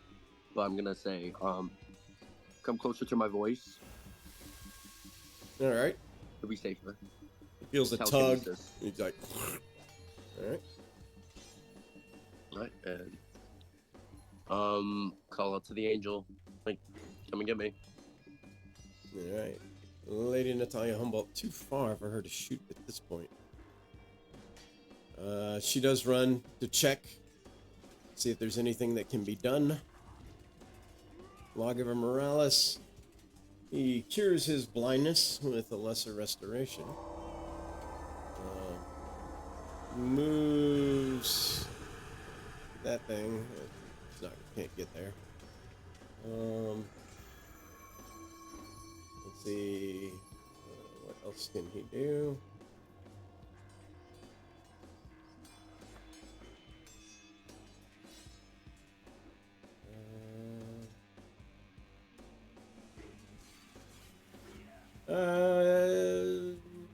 Yeah, he'll try. Got cantrips. He'll give Toledette a shot. Actually, I don't think he's within range. No, he's not within range. We need something a lot farther. He can't do much at this point. Tell him. Creature blinds. It uses a legendary action to blind some of the nobles out here that are looking up at him. Like one of them. Lord Alan Winthrop Tamarin. I can't see! Tell him. Oh, I'm sorry, I was muted. I'm going to have the piano come down and just say, whoever needs movement, hop on. And then I want to look at the angel and cast another psychic line at it. I need an intelligence save. Alrighty. Level 4. Intelligence save. He's got a 25. Oof. Okay. So it's half 16 points of Half of 37 Psychic is damage. 16. Psychic. Got it. Bardic Inspiration within 60 feet of me.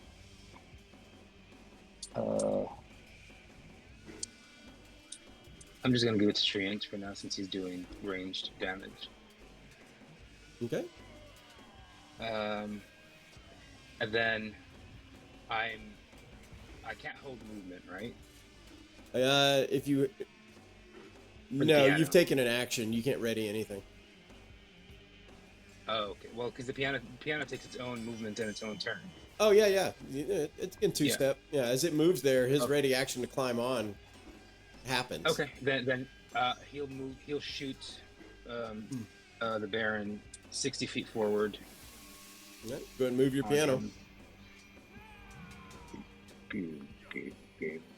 Right there. Yes! You hear him cackling with his axe held up in the air. Okay. And then that was 50, right? Only? So let's do 10 feet up also. Okay. And that's my turn. Alright.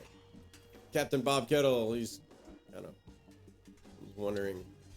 5, 10, 15, back this direction. Go. What is the fly speed that the thing gives me? 60? Let me check. Fly Yeah, spell. 60 feet. I think it's 60. Oh, sweet. Oh, and I forgot, if you start within, well, she didn't, but whoever starts within 10 feet of the piano gains an additional 10 feet. Oh, Alright. cool. So there's 60. I will dash. Okay. To get another, basically to get up next to him, and then I will, I'm gonna use my second, now I forget what it's called, off the top of my head, Action surge. not second wind, but action surge, yes, and I will attack him. I'm feeling lucky on this roll, Alrighty. and it still doesn't do anything. It's a 12. Nope, that's a miss. But that gives me advantage on the next swing, which will make it a 25 to hit. That's a hit. Slashing, and I will use a disarming attack again. Slashing for 7 plus the full bore 12. 7 plus 5, 12 damage. 12 points of damage. Got it. And I will use a third swing here, and this I'm going to use my bonus action to give myself advantage with the Relentless. Okay. About had enough. There it is. There's the natural 20. Woo! Not that it's going to do a whole lot. 7 plus 9, 16 points of damage. 16 points of damage. Got it. God, still up. And Looking still pretty the bad, big- but he is still flying. Or whatever you call Alright. that thing. That is my Alright, turn. everybody down there pretty much panics. He's ready to action to attack. He uses a legendary action kill, con save. He tries to blind you.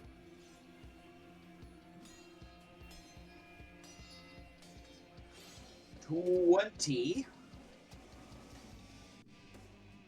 Final answer? And if yeah, because I can know if I've succeeded or failed before I use Relentless. There's a fail. Alright, so then I roll it again. And I get a 16 plus 18. That's 34. A 34? Oh, yeah, it succeeds. You're not blind. Yeah, I kind of stared at him. Fuck off. Alrighty. Baron Dudley Pot readies his action. His flying sword sweeps at you, Kel. AC 29. AC 29 will hit. 22 points silvery of... barb. Oh, silvery barbs. Alrighty, silvery I barbs. think I'm within range. Yes, I am. Alright. Change that from an AC 29 to an AC 27. I'll give Tree AC. advantage. So the AC 27 allows me to use my reaction to smash a gold wing right into that, and I just stared at him. In the name of the Platinum Dragon, I think not. It misses. Okay. Ka-ding! It's like you invoke such a creature. Well, Creature. he... Let's see how you deal this, Trent, when something is taken from you. He levels his bow at Tella. Tella, I need a dexterity saving throw as the arrow from the bow comes towards you.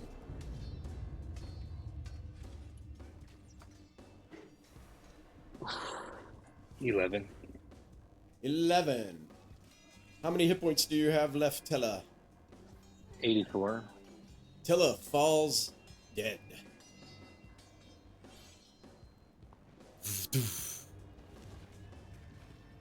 As he body So that's 84. shakes.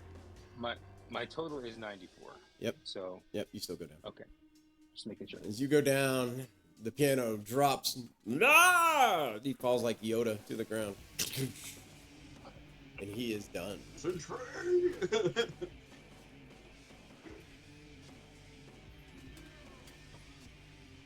Alrighty. Trent.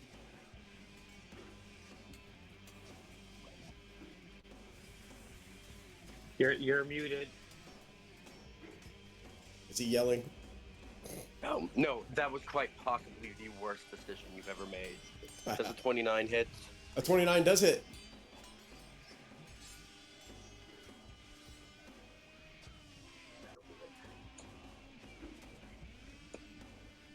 For 25 points of necrotic damage? 25 points of necrotic damage. As you hit him, he spreads his arms wide, kind of like in a crucifixion pose. You, the machine won't let me die. As you see the necrotic energy ruptures through him, and his body looks as though it disintegrates, and he disappears. Also, just to let you know, the piano does not disappear when I die. No, it just fell to the ground. It just Oh, landed. okay. It just went. I see. Alrighty. And we are in Aftermath as there's chaos. Lawgiver Resley Morales quickly breaks out a Revivify and revivifies Tella. Hope flies over to his wife. Pick on her. Go. He does it very quickly so that not a lot of people see. Bye. Get up. Quiet. Get up. It's gone. But we're not out of danger, he says to you.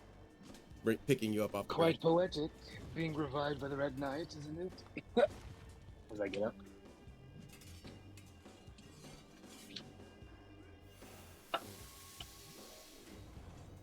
How do I stand from prone?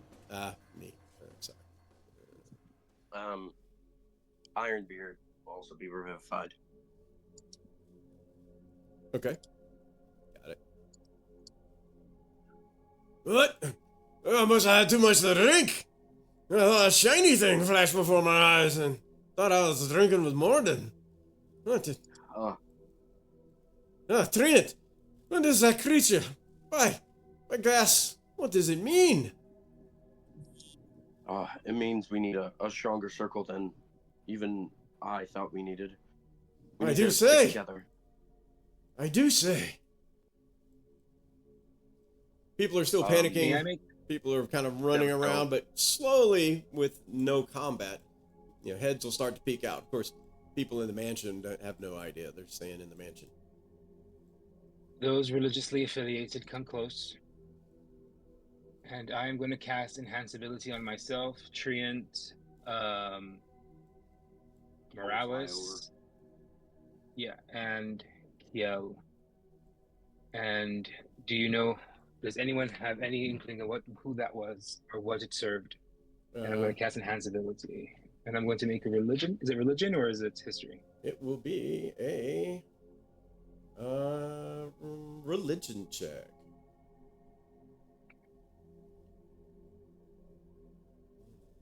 Five. 15 for me. 26 for me. Oh, that's a crit. It was a crit. 26 is a crit. Yeah. And I will. I think I can do it. I can use it. Not commanding strike. It is. Go all the way down. I haven't used this one in a while. Nope, doesn't work on religion. Never mind. All right. So Lawgiver Morales, and it looks like Spell Song and Marquis. You all believe that was some form of celestial. You're not exactly sure which of the type it was, but missing a wing is not the way you've ever heard of celestials, nor its manner of violence or, attacking. That behavior, no. You're like, that was not celestial at all, and it's not the way you were believed that they would be. Real quick, you have both Miriam Grace Tremblewind and then Miriam Tremblewind Devastill. Are those the same person though, or? Oh wait, do I? I think so. There's two Miriams, but there's two Miriams because I couldn't see it on the web. That's why I was trying to figure out if there were two Miriams. I may have misspelled one or accidentally overtyped one. That's quite possible. Okay, I was just trying to figure out who was the one that, because there's maybe. I think there's two Miriams. Miriam Grace is the Tremblewind from Glissendale. You said yes, the other. That's Miriam Grace Tremblewind Devastill. But on the map, there's two. There's the one that I was talking to, and the one that was next to Karen. Next to Catherine. But I'm not sure who the other. Well, Devastill is Glissendale. Because she's the one married to Lord Aaron. Yeah. Oh, yeah. That's right. Yes, that's. So she's a Tremblewind married to the Devastill family. That's why. Yeah. But the one that you struck down, that the angel struck down, is Miriam Grace Tremblewind. That's why I think there's technically two. You have two of the same people on the map. Oh, I did.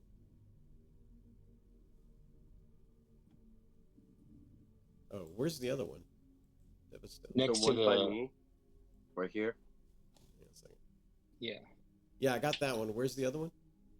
The other one is all the way to the north. She's in the pink dress, in the purple dress. To the north. That's Miriam Tremblewind Devastill. Ah, okay. Just scratch that one over there. Ooh, perfect. We're alone. I'm gonna revivify Lord Arian Devastill then. Lord Arian who? Devastill? Devastill. All right, where's he at? He's right by the one you deleted. Gotcha. Alrighty. Oh, goodness. What in the world? It's like this flash of light. And my goodness. We can talk more. Right now, we need to make sure everyone's safe. Alrighty. So with that, this is where we will leave this off, as you can take care of your role play offline. As panic is set in, but there's a few resurrections. I will list the ones that have fallen. I will write that up in the intro with the quick revivifications that you've done kind of quickly out of sight of people.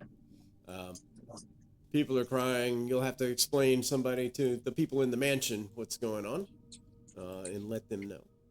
We will pick this. Would you also list how many guards and dancers as well? What?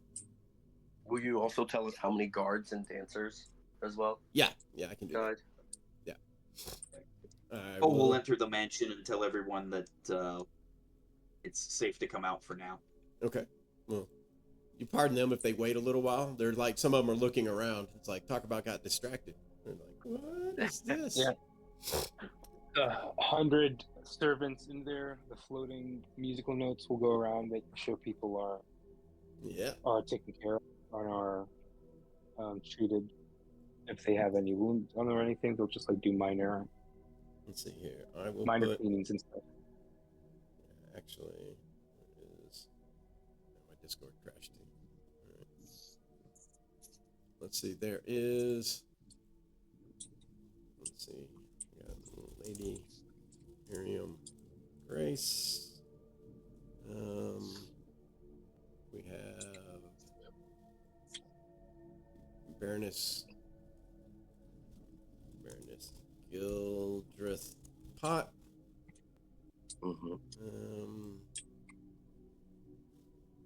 Anya Taka. Lady Anaya Taka. Mark Kettle. Lord Mark Kettle.